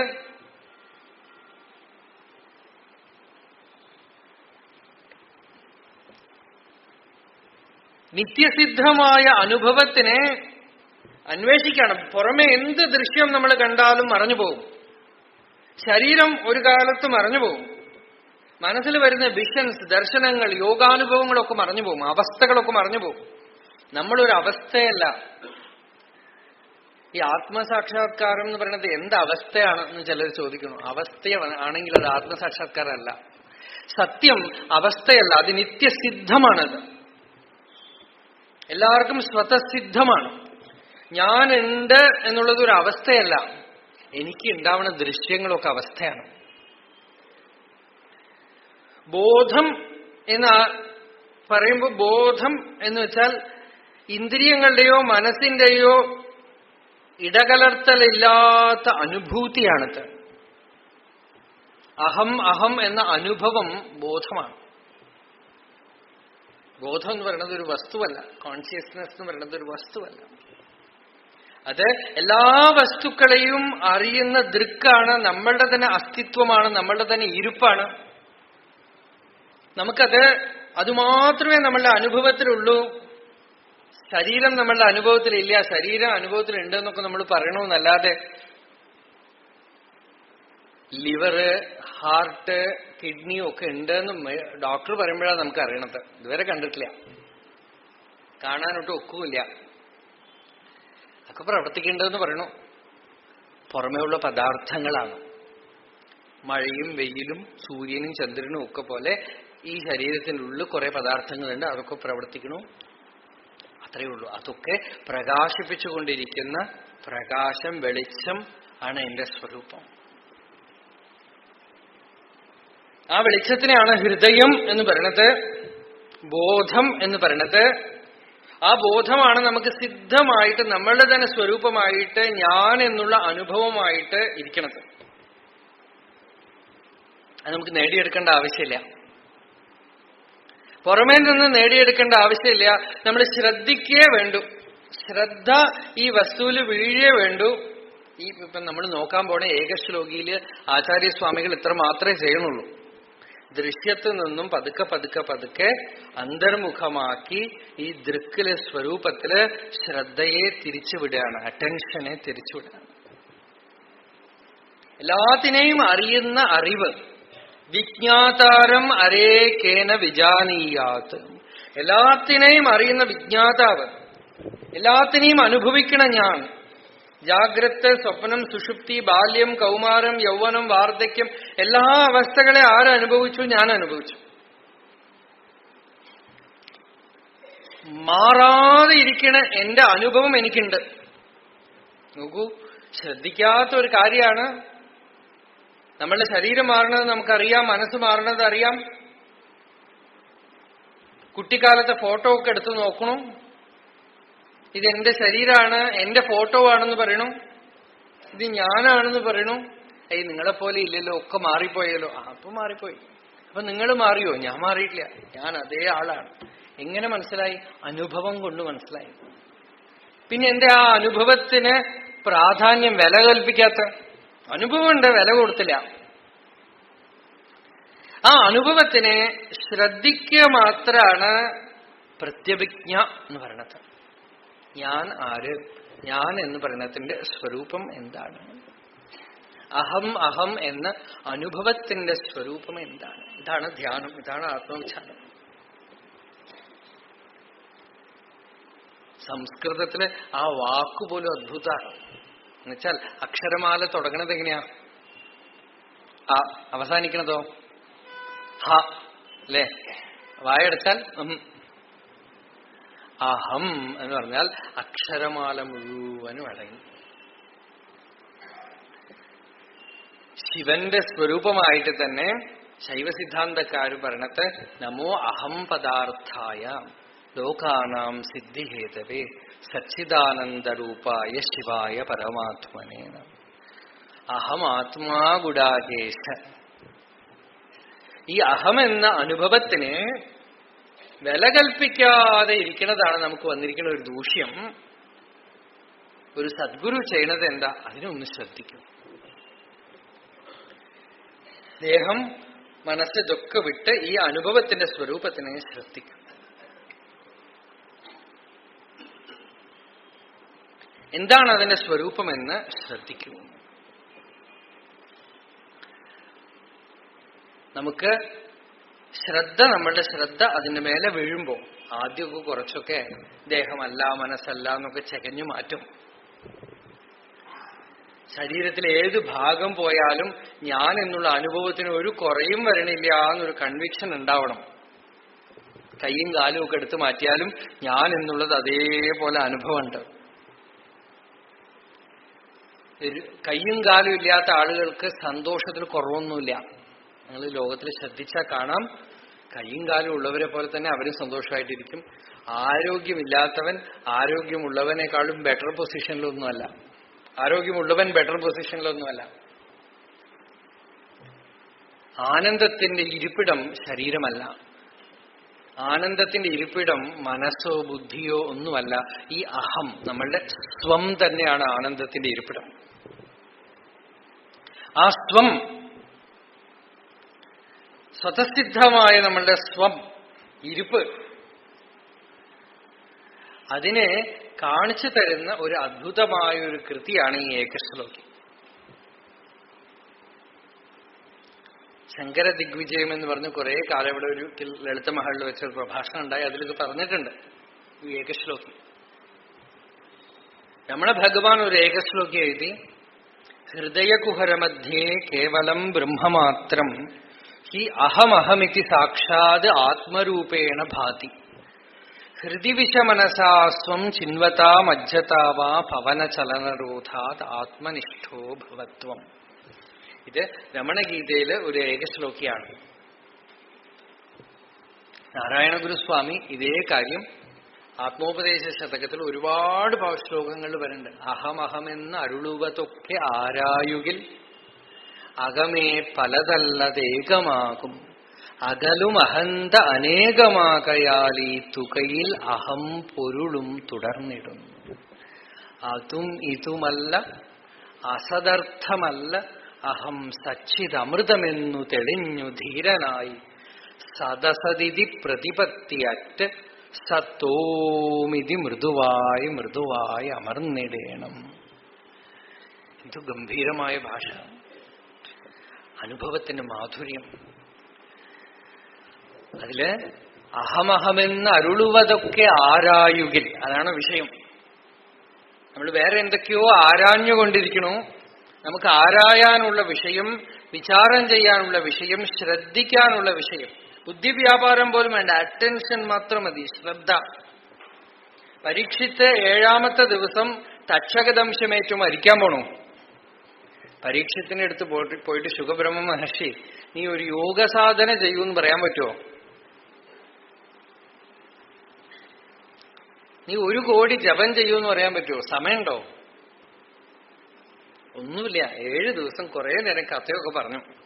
എന്നിട്ട് അവസാനം പരീക്ഷിച്ച് പറഞ്ഞു, ഭഗവാന് സമയമില്ലല്ലോ. സമയമില്ല എന്ന് ആര് പറഞ്ഞു?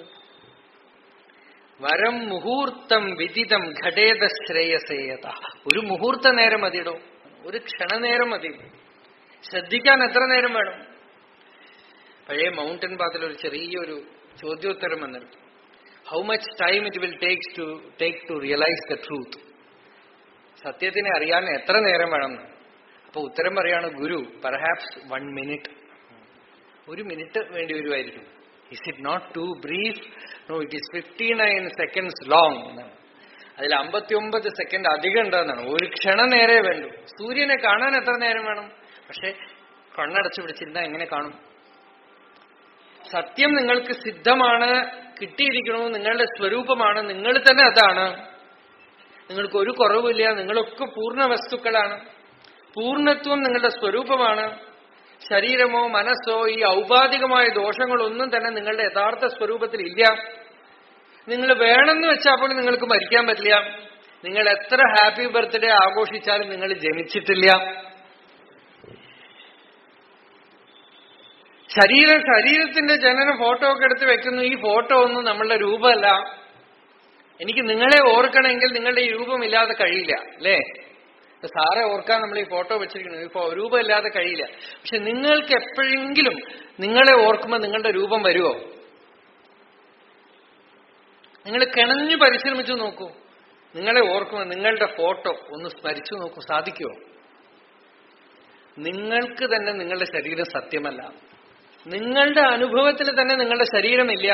പിന്നെ എന്താ നിങ്ങളെക്കുറിച്ച് ഓർക്കുമ്പോൾ what do you mean by your experience of your existence? നിങ്ങളുടെ നിങ്ങളുടെ ഇരുപ്പിന്റെ അനുഭവം എന്താ? അതിനെങ്ങനെ പറയും? ആവിഷ്കരിക്കാൻ പറ്റൂല. അഹമസ്മി, അതാണ് അതോടെ അവസാനിപ്പിച്ചത്. ഞാനുണ്ട് എന്നുള്ള അനുഭവമുണ്ട്. ഈ അനുഭവം സ്വതസിദ്ധമാണ്. അതെന്താന്ന് അറിയൂല. അത് ശരീരമാണെന്നാണ് ഇപ്പൊ ഞാൻ ധരിച്ചിരിക്കുന്നത്. ധരിച്ചാൽ നിങ്ങൾ മരിച്ചുപോകും, ചത്തുപോകും. ലോകത്തിൽ ദുഃഖമുണ്ട് സാർ, പ്രശ്നമുണ്ട്. പ്രശ്നം ഉണ്ടെങ്കിൽ പരിഹരിക്കാൻ പറ്റില്ല. അല്പം സീരിയസ് ആയിട്ടൊന്ന് ചിന്തിക്കാം, ഒന്ന് ആലോചിച്ച് നോക്കൂ. പ്രശ്നം ഉണ്ടെന്ന് നിങ്ങൾക്ക് സ്ഥാപിക്കാം. പ്രശ്നമൊന്നുമില്ല, ഞാൻ നിത്യമുക്തമായ പൂർണ്ണ വസ്തുവാണെന്ന് സ്വീകരിക്കാം. നിങ്ങളുടെ മുമ്പിൽ രണ്ട് കാര്യമാണ് ഉള്ളത്. നിങ്ങൾ പറയാണ്, നിങ്ങൾക്ക് പറയാം, ഉപനിഷത്തൊക്കെ പഠിച്ചിട്ടുണ്ട്, നിങ്ങൾ അഹം ബ്രഹ്മാസ്മിന്നോ ഞാൻ മുക്തമാണെന്നൊക്കെ പറയാം. പക്ഷെ ഞങ്ങൾക്കല്ലേ അറിയുള്ളൂ എത്ര പ്രശ്നമുണ്ട് അവിടെ. ശരി, സ്വീകരിക്കും. പ്രശ്നം എനിക്കുണ്ട്. പ്രശ്നം ഉണ്ടെന്ന് സ്വീകരിച്ചാൽ പരിഹാര്യമേ അല്ല. ഇവിടെ ഒരു പ്രശ്നവും ഇതുവരയ്ക്കും ആരും പൂർണ്ണമായി പരിഹരിച്ചിട്ടില്ല.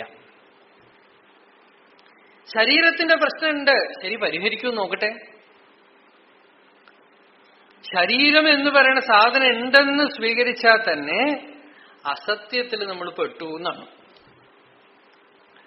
കോവാ വിവേക്തും ക്ഷമി, പ്രൗഢാനുഭൂതി എന്നൊരു പ്രകരണ ഗ്രന്ഥം സാറുടെ വ്യാഖ്യാനം എടുത്ത് നോക്കുക. അനാത്മാവ് എന്നൊരു വസ്തുവേ ഇല്ല. അല്ലല്ല, ശരീരം ഉണ്ടല്ലോ എന്ന് പറഞ്ഞാ എന്നാ നിങ്ങൾ ആ ശരീരത്തെ ഒന്ന് വ്യാഖ്യാനിക്കും നോക്കട്ടെ. ശരീരം ജഡമല്ലേ? ആര് പറഞ്ഞു ശരീരം ജഡമാണെന്ന്? ഒരു മൈക്രോസ്കോപ്പ് വെച്ച് നോക്കൂ. ഓരോ DNA-യും ഞാൻ എന്ന് പറയണത് കാണാം നിങ്ങൾക്ക്. ഓരോ കോശവും ഒരു പോപ്പുലേഷനെയാണ് നിങ്ങൾ പൊക്കിക്കൊണ്ട് നടക്കണതെന്ന് അപ്പൊ നിങ്ങൾക്കറിയാം. ഇത് നിങ്ങളുടെ ശരീരം എന്ന് നിങ്ങൾ വിളിക്കുന്നു, അതിനെ മാറി നിന്ന് നോക്കി നിങ്ങൾ ജഡം എന്ന് പറയണു. ശ്രദ്ധിച്ചാൽ ഓരോരോ നിങ്ങൾക്ക് കാണാവുന്ന ഏറ്റവും സൂക്ഷ്മ മണ്ഡലത്തിൽ അഹമെന്ന അനുഭവത്തോടുകൂടി ഒരു ഏകകോശ ജീവിയെങ്കിലും നിങ്ങൾ കാണും. അങ്ങനെ അനേകം കോടി ഏകകോശ ജീവികളെ വെച്ചുകൊണ്ടാണ് നിങ്ങൾ ഇത് കോശമാണെന്നൊക്കെ പറയണത്, ഇത് ശരീരമാണെന്നൊക്കെ പറയണത്, ഇത് മാംസമാണെന്നൊക്കെ പറയണത്, ഇത് രക്തമാണ്, ശുക്ലമാണ്, ശോണിതമാണ് ഒക്കെ പറയണത്. ശ്രദ്ധിച്ചാൽ കാണാം, ജഡമേ കാണില്ല നിങ്ങള്. ഒരുപക്ഷെ ഏറ്റവും അണീയാൻ നമുക്ക് ഗവേഷണം ചെയ്യാവുന്ന ഏറ്റവും സൂക്ഷ്മ വസ്തുവിനെ പോയാൽ ഇനിയും ഗവേഷണം ചെയ്യാമെങ്കിൽ അതിന്റെ ഉള്ളിൽ ഒരു ബ്രഹ്മാണ്ടം കാണും നിങ്ങൾ. പോയിക്കൊണ്ടേയിരിക്കാം. അതാണ് അണോഹോ അണീയാൻ മഹതോ മഹീയാൻ ആത്മാസ്യ ജന്തോഹോ നിഹിതോ ഗുഹായാം. ഇതിൽ സത്യം കാണില്ല. വാസ്തവത്തിൽ ജഡം എന്നൊരു പദാർത്ഥമില്ല, ചൈതന്യമേ ഉള്ളൂ, ബോധമേ ഉള്ളൂ, ചൈതന്യമേ ഉള്ളൂ. ദൃഷ്ടിദോഷാണ് ജഡം, ഓപ്റ്റിക്കൽ ഇല്യൂഷനാണ് ഈ ജഡം എന്ന് പറയുന്നത്. നമ്മൾ ജഡം കാണുന്നവരെ നമ്മൾ ബന്ധത്തിലിരിക്കണമെന്ന് അർത്ഥം. സകലത് ആത്മസ്വരൂപമായിട്ട് കാണുന്നവന് അവൻ മുക്തനാണ്. സകലത് ജ്ഞാനമായിട്ട് കാണുന്നവന്, ആത്മാവായിട്ട് കാണുന്നവന് അവൻ മുക്തനാണ്. അവന്റെ ഉള്ളിൽ പൂർണ്ണത്വം പ്രകാശിച്ചു. ആ പൂർണ്ണത്വത്തിനെയാണ് ഉപനിഷത്ത്, വേദാന്തം നമുക്ക് കാണിച്ചു തരുന്നത്, ശ്രുതി നമുക്ക് കാണിച്ചു തരുന്നത്. അത് പറയാനായിട്ടാണ് ശങ്കരാചാര്യര് ഭാരതം മുഴുവൻ നടന്നത്. അനേകം ആളുകളെ കണ്ട് ഈ സത്യത്തിനെ ബോധിപ്പിച്ചുകൊണ്ട് ഭാരതം മുഴുവൻ സഞ്ചരിച്ച് ശങ്കരൻ പറഞ്ഞുകൊടുത്തതും ഇത് തന്നെയാണ്. ശങ്കരൻ തന്റെ ഗുരുവിന്റെ അടുത്ത് പോയി അറിഞ്ഞ് അനുഭവിച്ചതും ഇത് തന്നെയാണ്. ഗോവിന്ദ ഭഗവത് പാദരുടെ അടുത്ത് പോയി 10 ശ്ലോകം, ദശശ്ലോകി. ശങ്കരാചാര്യര് ഒരുപക്ഷെ ആദ്യമായി ചൊല്ലിയിട്ടുള്ള ഒരു വേദാന്ത പ്രകരണം എന്നതിന് പറയണം. 32ാമത്തെ വയസ്സിൽ ശങ്കരാചാര്യര് സമാധിയാവുന്നതിന് മുമ്പ് കഥ, നമുക്ക് അറിയുന്ന കഥ പ്രകാരം പത്മപാദാചാര്യര് ചോദിച്ചു അത്ര ശങ്കരനോട്, അദ്വൈതത്തിനെ ചുരുക്കി പറഞ്ഞു തരാം. ആചാര്യസ്വാമികൾ പറഞ്ഞു, എന്റെ ഗുരുനാഥന്റെ മുമ്പിൽ 8 വയസ്സിൽ ഞാൻ പോയി നിന്നപ്പോ ഒരു ശ്ലോകം ചൊല്ലി, അത് തന്നെ അദ്വൈതം എന്നാണ്. എന്നുവെച്ചാൽ there is no evolution, gradation. യോഗങ്ങളൊക്കെ നോക്കൂ, യോഗ സാധനങ്ങളൊക്കെ ഇന്നൊന്ന്, നാളെ ഒന്ന്, മറ്റന്നാളെ ഒന്ന് പൊങ്ങിക്കൊണ്ടേയിരിക്കും. ആത്മസാക്ഷാത്കാരത്തില് ഗ്രഡേഷൻ ഒന്നുമില്ല. ഒരിക്കൽ വന്ന അത് പൂർണ്ണമാണ്, കഴിഞ്ഞു. രമണ മഹർഷി 18 വയസ്സില് 20ാമത്തെ വയസ്സിൽ എഴുതി കൊടുത്തതാണ് ഞാൻ ആരാ എന്നുള്ള ആ കൊച്ചു പുസ്തകം. അത് തന്നെയാണ് 54 വർഷവും ഉപദേശം. അതിലൊന്നും മാറ്റമില്ല. കാരണം സത്യം ഒരിക്കൽ സാക്ഷാത്കരിച്ചാൽ അത് പൂർണ്ണമാണ്. ആ പൂർണ്ണത്വത്തിനെയാണ് ആചാര്യസ്വാമികൾ ഈ ഒരു ശ്ലോകത്തിൽ, ഏകശ്ലോകി, ഈ ഏകശ്ലോകിയില് ബോധിപ്പിക്കുന്നത്. അനേകം ഗ്രന്ഥങ്ങൾ എഴുതി ശങ്കരൻ, അനേക പ്രകരണ ഗ്രന്ഥങ്ങൾ എഴുതി, ഭാഷ്യം എഴുതി. അതൊക്കെ പുസ്തകങ്ങൾ അടുക്കി വെച്ചാൽ തന്നെ നമുക്ക് പേടി തോന്നും. 32 വയസ്സിനകം ഇതൊക്കെ തീർന്നു എന്നാണ് പറയണത്. നമ്മളൊരു 50-60 വയസ്സാവുമ്പോഴാണ് ഭജഗോവിന്ദ എടുത്തിട്ട് ഇങ്ങനെ നോക്കണത്. കണ്ണ് കാണാൻ വയ്യ. Very difficult. അബ്സ്ട്രാക്ട്, ഏറ്റവും ലളിതമായ ഗ്രന്ഥം അപ്പോഴാണ് എടുത്തു നോക്കിയിട്ട് വളരെ വിഷമം തോന്നുന്നു. എന്താന്ന് വെച്ചാൽ ബുദ്ധി മുഴുവൻ ലോകത്തിന് കൊടുത്തു. ഇപ്പൊ സത്യം വളരെ സിമ്പിൾ ആയിട്ടുള്ളത് വളരെ വിഷമം പിടിച്ചതായിട്ട് തോന്നുന്നു. Truth is very simple. It is simple like your own existence എന്ന് വിവേകാനന്ദ സ്വാമി പറഞ്ഞു. രമണ ഭഗവാൻ പറഞ്ഞു, അയ്യേ അതിസുലഭം ആത്മവിദ്യയേ അതിസുലഭം. ഇതുപോലെ സുലഭമായിട്ടൊന്നുമില്ല എന്നാണ്. ഏറ്റവും എളുപ്പം ഊനാറുടൽ ഇതുവേ നാനാമെനും നിனைவேம் நானா நினைவுகள் சேரோர் நாரெனுமதனால் நான் யார் இடம் ஏதென்று உள் போனால் நினைவுகள் போய் நான் நான் என குகையுள் தானாய் திகழும் ஆத்ம ஞானமே இதுவே மௌனமே ஏகவானமே ഇൻബസ്ഥാനമേ അയ്യേ അതിസുലഭം. ഊനാർ ഉടൽ ഇതുവേ, ഈ ശരീരമാണ് ഞാൻ എന്നുള്ളത് മാറ്റിയിട്ട് ഞാൻ യാർ ഇടം ഏതെன்று ഉൾപോനാൽ, ഞാൻ ആരാണ്, ഞാൻ എന്നുള്ള ഈ തോന്നലിന്റെ സ്വരൂപത്തിനെ, മൂലത്തിനെ അന്വേഷിച്ചാൽ ഞാൻ എന്നുള്ളത് ശമിച്ചു പോകും. അഖണ്ഡമായ പൂർണ്ണ പ്രജ്ഞ, ബോധം അവിടെ പ്രകാശിക്കും. ഇതുവേ മൗനമേ ഏകവാനമേ ചിദാകാശം ഇൻബസ്ഥാനമേ ആനന്ദം. അത് സ്വതസിദ്ധമാണ്. അയ്യേ അതിസുലഭം. സാർക്ക് വളരെ ഇഷ്ടമുള്ള ശ്ലോകാണ് ഗീതയില്.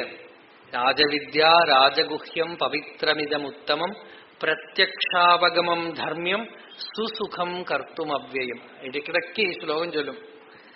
വളരെ പ്രത്യക്ഷമായിട്ട് നിങ്ങൾക്ക് അനുഭവിക്കാം, ഒരു ബുദ്ധിമുട്ടില്ല. സുസുഖം കർത്തും അവ്യയം. ഇത്രയും എളുപ്പമായിട്ട് ഒരു കാര്യമില്ല. എന്നിട്ട് ആളുകൾക്ക് ഇതൊന്നും വേണ്ട, കുറെ പണം ഉണ്ടാക്കി വെച്ചിട്ട് ദുഃഖിക്കണം എന്ന് പറയും. ഈ സത്യം കണ്ടവര് ശരീരത്തിന് വിഷമം വരുന്തോറും ആനന്ദത്തോടെ ഇരിക്കുമെന്ന് സാറ് കണ്ടവർക്കറിയാം. അദ്ദേഹത്തിന് വയ്യാതായ സമയത്ത് കുറെ കാലം മുമ്പ് തൊട്ട് തന്നെ ശരീരത്തിന് കുറെ അസ്വാസ്ഥ്യം ഉണ്ടായിരുന്നു. അപ്പൊ തന്നെ സാറ് ഒരു പ്രാവശ്യം പറഞ്ഞു, ശരീരം വിഷമാവും തോറും എനിക്ക് ഭാഗവതത്തിൽ ഒരു ശ്ലോകമാണ് ഓർമ്മ വരുന്നത്. പരീക്ഷിത്ത് പറഞ്ഞുവല്ലോ, വിമർശിതൗ ഹേയതയാ പുരസ്ഥാത്. ഇത് പണ്ട് തന്നെ വിചാരിച്ചുറപ്പിച്ചതാണ്, ഞാനല്ല എന്നുള്ള കാര്യം.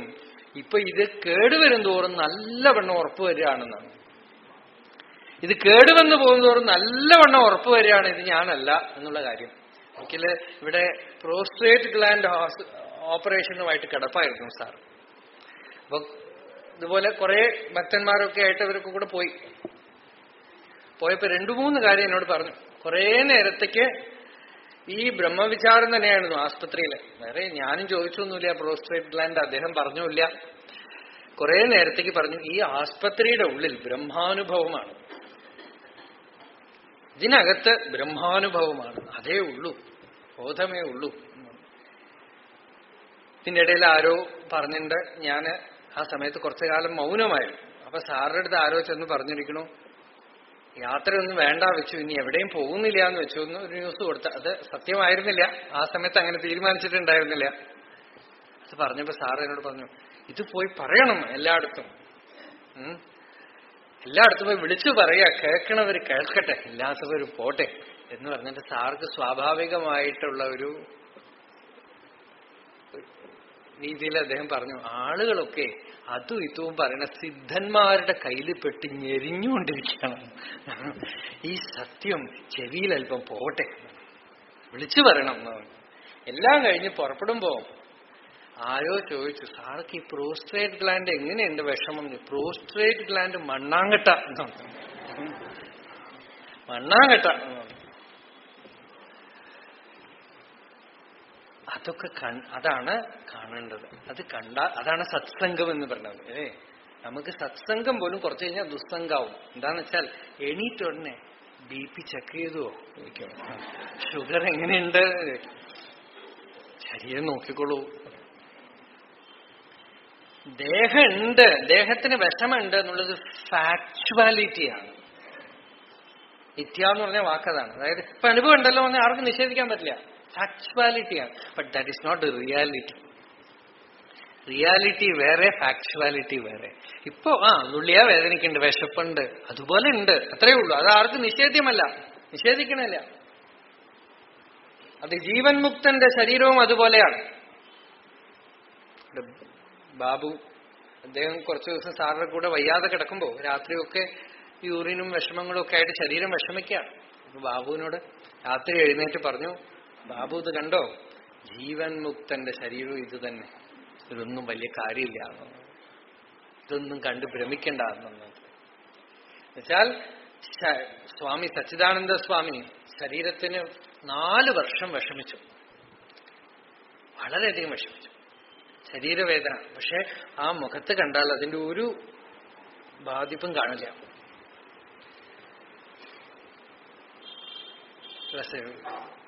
ഒരു എല്ലാരും അറിയുന്ന ഒരു സെയിന്റാണ് അദ്ദേഹം, ഒരു മഹാത്മാവാണ്. അപ്പൊ ഭക്തന്മാരൊക്കെ കൂടെ ചർച്ച ചെയ്തു. അന്ന് ഞാനവിടെ ഉണ്ട്, എന്നോട് ഇങ്ങനെ ആ ചർച്ചയിൽ വന്നു, ഈ ശരീരവ്യാധിയിൽ നിന്ന് നമ്മൾ എന്താ മനസ്സിലാക്കേണ്ടത്? മഹാത്മാവായ ഒരാളുടെ ശരീരവ്യാധി എന്തു മനസ്സിലാക്കണം? എനിക്കപ്പോ പെട്ടെന്ന് തോന്നിയതാണ്, ഞാൻ ആ ഭക്തനോട് പറയുകയും ചെയ്തു, ശരീരത്തിന്റെ വിഷമത്തിൽ നിന്ന് രക്ഷപ്പെടാൻ വേണ്ടിയിട്ട് നിങ്ങൾ അധ്യാത്മത്തിലേക്കൊന്നും വരണ്ടെന്ന് മനസ്സിലാക്കണം. എന്നുവെച്ചാൽ ഇത് രക്ഷപ്പെടാന്ന് വന്നിട്ട് വരണ്ട, വേണമെങ്കിൽ ശരീരമേ ഇല്ല എന്ന് പറഞ്ഞു തരാം, സുഷുപ്തിയില് സിദ്ധമാണെന്ന് പറഞ്ഞു തരാം. ഭാഷ്യകാരൻ പറയണു, അശരീരത്വം നമ്മളുടെ സ്വഭാവമാണെന്നാണ്, നേടിയെടുക്കേണ്ട ഒരു അവസ്ഥയൊന്നുമല്ല. പക്ഷെ നിങ്ങൾ അതിന് തയ്യാറാവണം. ശരീരം നമ്മളുടെ സ്വരൂപത്തിൽ ഇല്ല എന്നുള്ളത് അറിയലാണ് വേദാന്ത ജ്ഞാനം, അല്ലാതെ ശരീരത്തിനെ മാറ്റിമറിക്കലല്ല.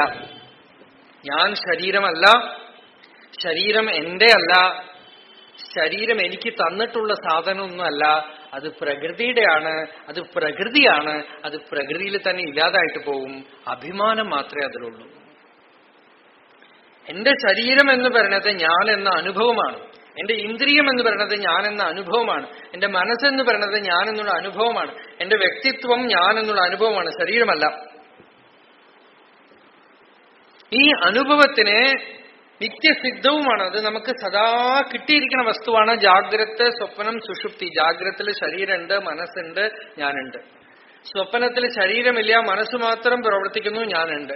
സുഷുപ്തിയിൽ ശരീരവുമില്ല, മനസ്സുമില്ല, ഞാനുണ്ട്. അപ്പൊ ഞാൻ ആരാണ്? ഞാൻ എന്താണ്? ഞാൻ എന്നുള്ളതിന്റെ സ്വരൂപം എന്താണ്? ഇതാണ് ആദ്യപടി. ആദ്യം അവനവനിൽ അറിയണം, പിന്നെ അത് എല്ലാ സ്ഥലത്തും കാണാനൊക്കെ. ആദ്യം അവനവന്റെ അനുഭവത്തിനെ ആരാഞ്ഞു നോക്കുകയാണ്. ഞാൻ എന്നുള്ള അനുഭവത്തിന്റെ സ്വരൂപത്തിനെ പരിചയപ്പെടുകയാണ്. ദൂരത്തുനിന്ന് ഒരു മല കാണുമ്പോ മല നമ്മളുടെ കണ്ണിന്റെ ഉള്ളിൽ പെട്ടു. അടുത്തു പോകും തോറും മല വലുതായിക്കൊണ്ട് പോകും. നമ്മൾ മലയുടെ ഉള്ളിൽ ഒരു പൊടിയായിട്ട് തീരും, അല്ലേ? അതുപോലെ നമ്മളുടെ തന്നെ ഈ അഹം എന്ന അനുഭവം നമ്മൾ ശ്രദ്ധിക്കാത്തത് കൊണ്ട് ശരീരത്തിന്റെ ഉള്ളിലാണെന്ന് പറയാണ്. ഒന്ന് ശ്രദ്ധിച്ചു നോക്കൂ. ഒരു ചെറിയ കുമളയുടെ ഉള്ളിൽ ആകാശം കാണുന്ന പോലെ ഈ അല്പമായ ശരീരത്തിന്റെ ഉള്ളിൽ അഖണ്ഡമായ പ്രജ്ഞ, അവിഛിന്നമായ ബോധം. നമുക്ക് സദാ അനുഭവത്തിൽ അത് വിളങ്ങിക്കൊണ്ടേയിരിക്കുന്നുണ്ട്. നിത്യോപലബ്ധി സ്വരൂപോഹം ആത്മാ. ഹസ്താമലകൻ ശങ്കരൻ ചോദിച്ചപ്പോ നീ ആരാണ് കുട്ടിയും ചോദിച്ചപ്പോ പറഞ്ഞത് അതാണ്. നിത്യോപലബ്ധി സ്വരൂപോഹം ആത്മാ. ഞാൻ എപ്പോഴും ഉപലബ്ധമായ ആത്മവസ്തുവാണ്.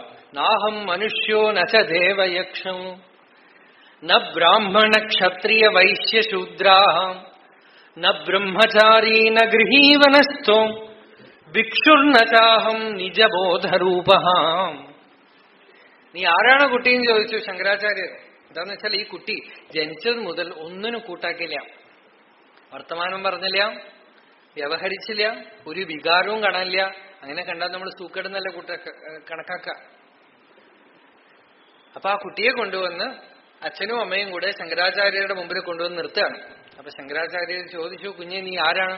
കസ്ത്വം ശിശു കസ്യ കുതോസി ഗന്താം കിം നാമതേ ത്വം കുത ആഗതോസി ഏതന്മയുക്തം വദചാർഭഗത്വം മത്പ്രീതയേ പ്രീതി വിവർദ്ധനോസി. അഷ്ടാമലക പുസ്തകം ഇവിടെ ഉണ്ടാവും തോന്നുന്നു. മലയാളത്തില് അത് മാത്രമേ വ്യാഖ്യാനിച്ചിട്ടുള്ളൂ. സാറത് വ്യാഖ്യാനിച്ചിട്ടില്ല, അതുകൊണ്ട് അത് വ്യാഖ്യാനിച്ചു. ബാക്കിയൊക്കെ അദ്ദേഹം വ്യാഖ്യാനിച്ചിട്ടുണ്ട്. പിന്നെ ഒന്നും പറയാനില്ല.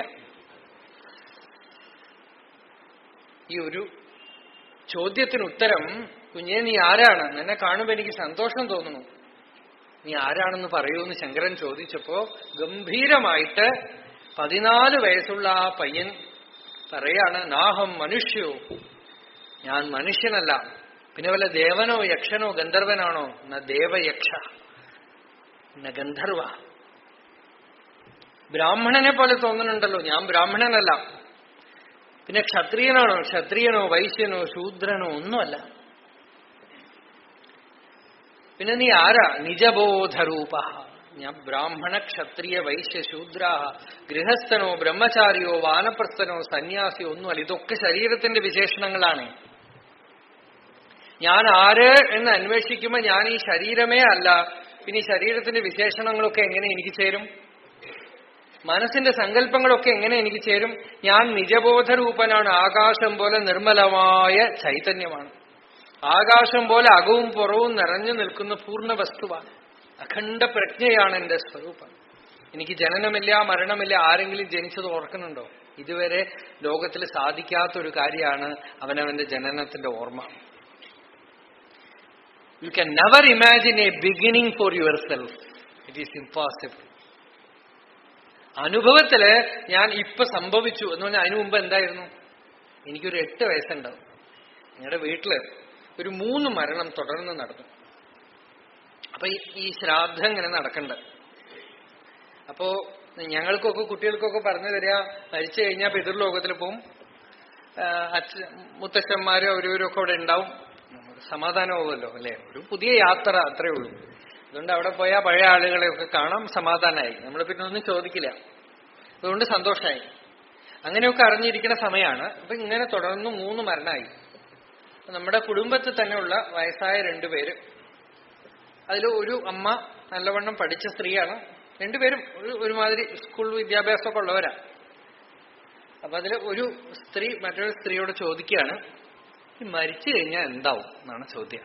ഉപനിഷത്ത്, കഠോപനിഷത്തിൽ പിന്നീട് ആണ് അതൊക്കെ അറിയണത്. അപ്പൊ എനിക്കൊരു 9 വയസ്സോ 10 വയസ്സോ ഉണ്ടാവും.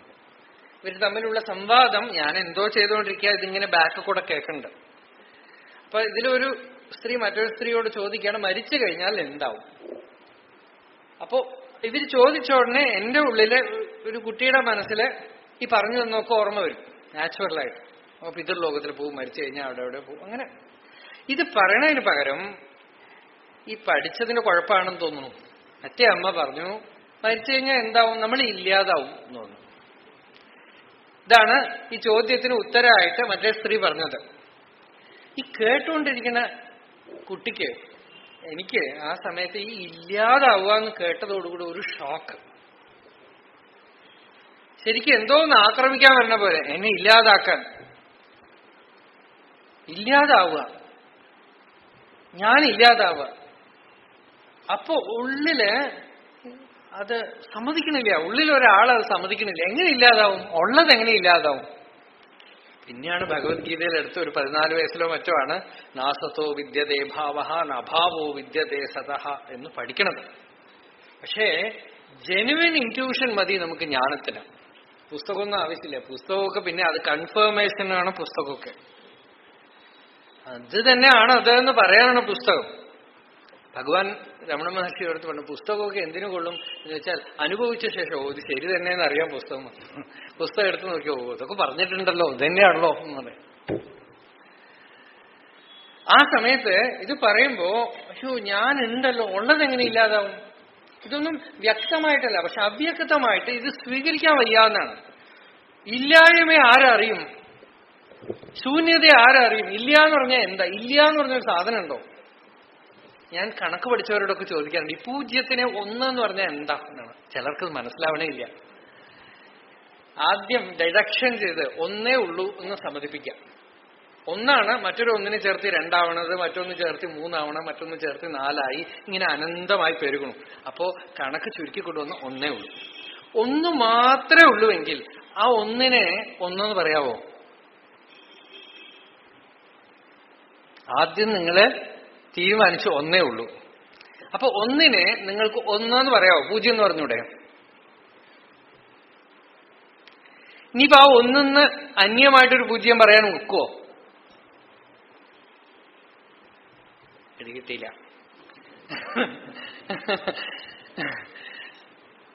പൂജ്യം എന്ന് പറഞ്ഞാൽ പൂർണ്ണം എന്നാണ് അർത്ഥം.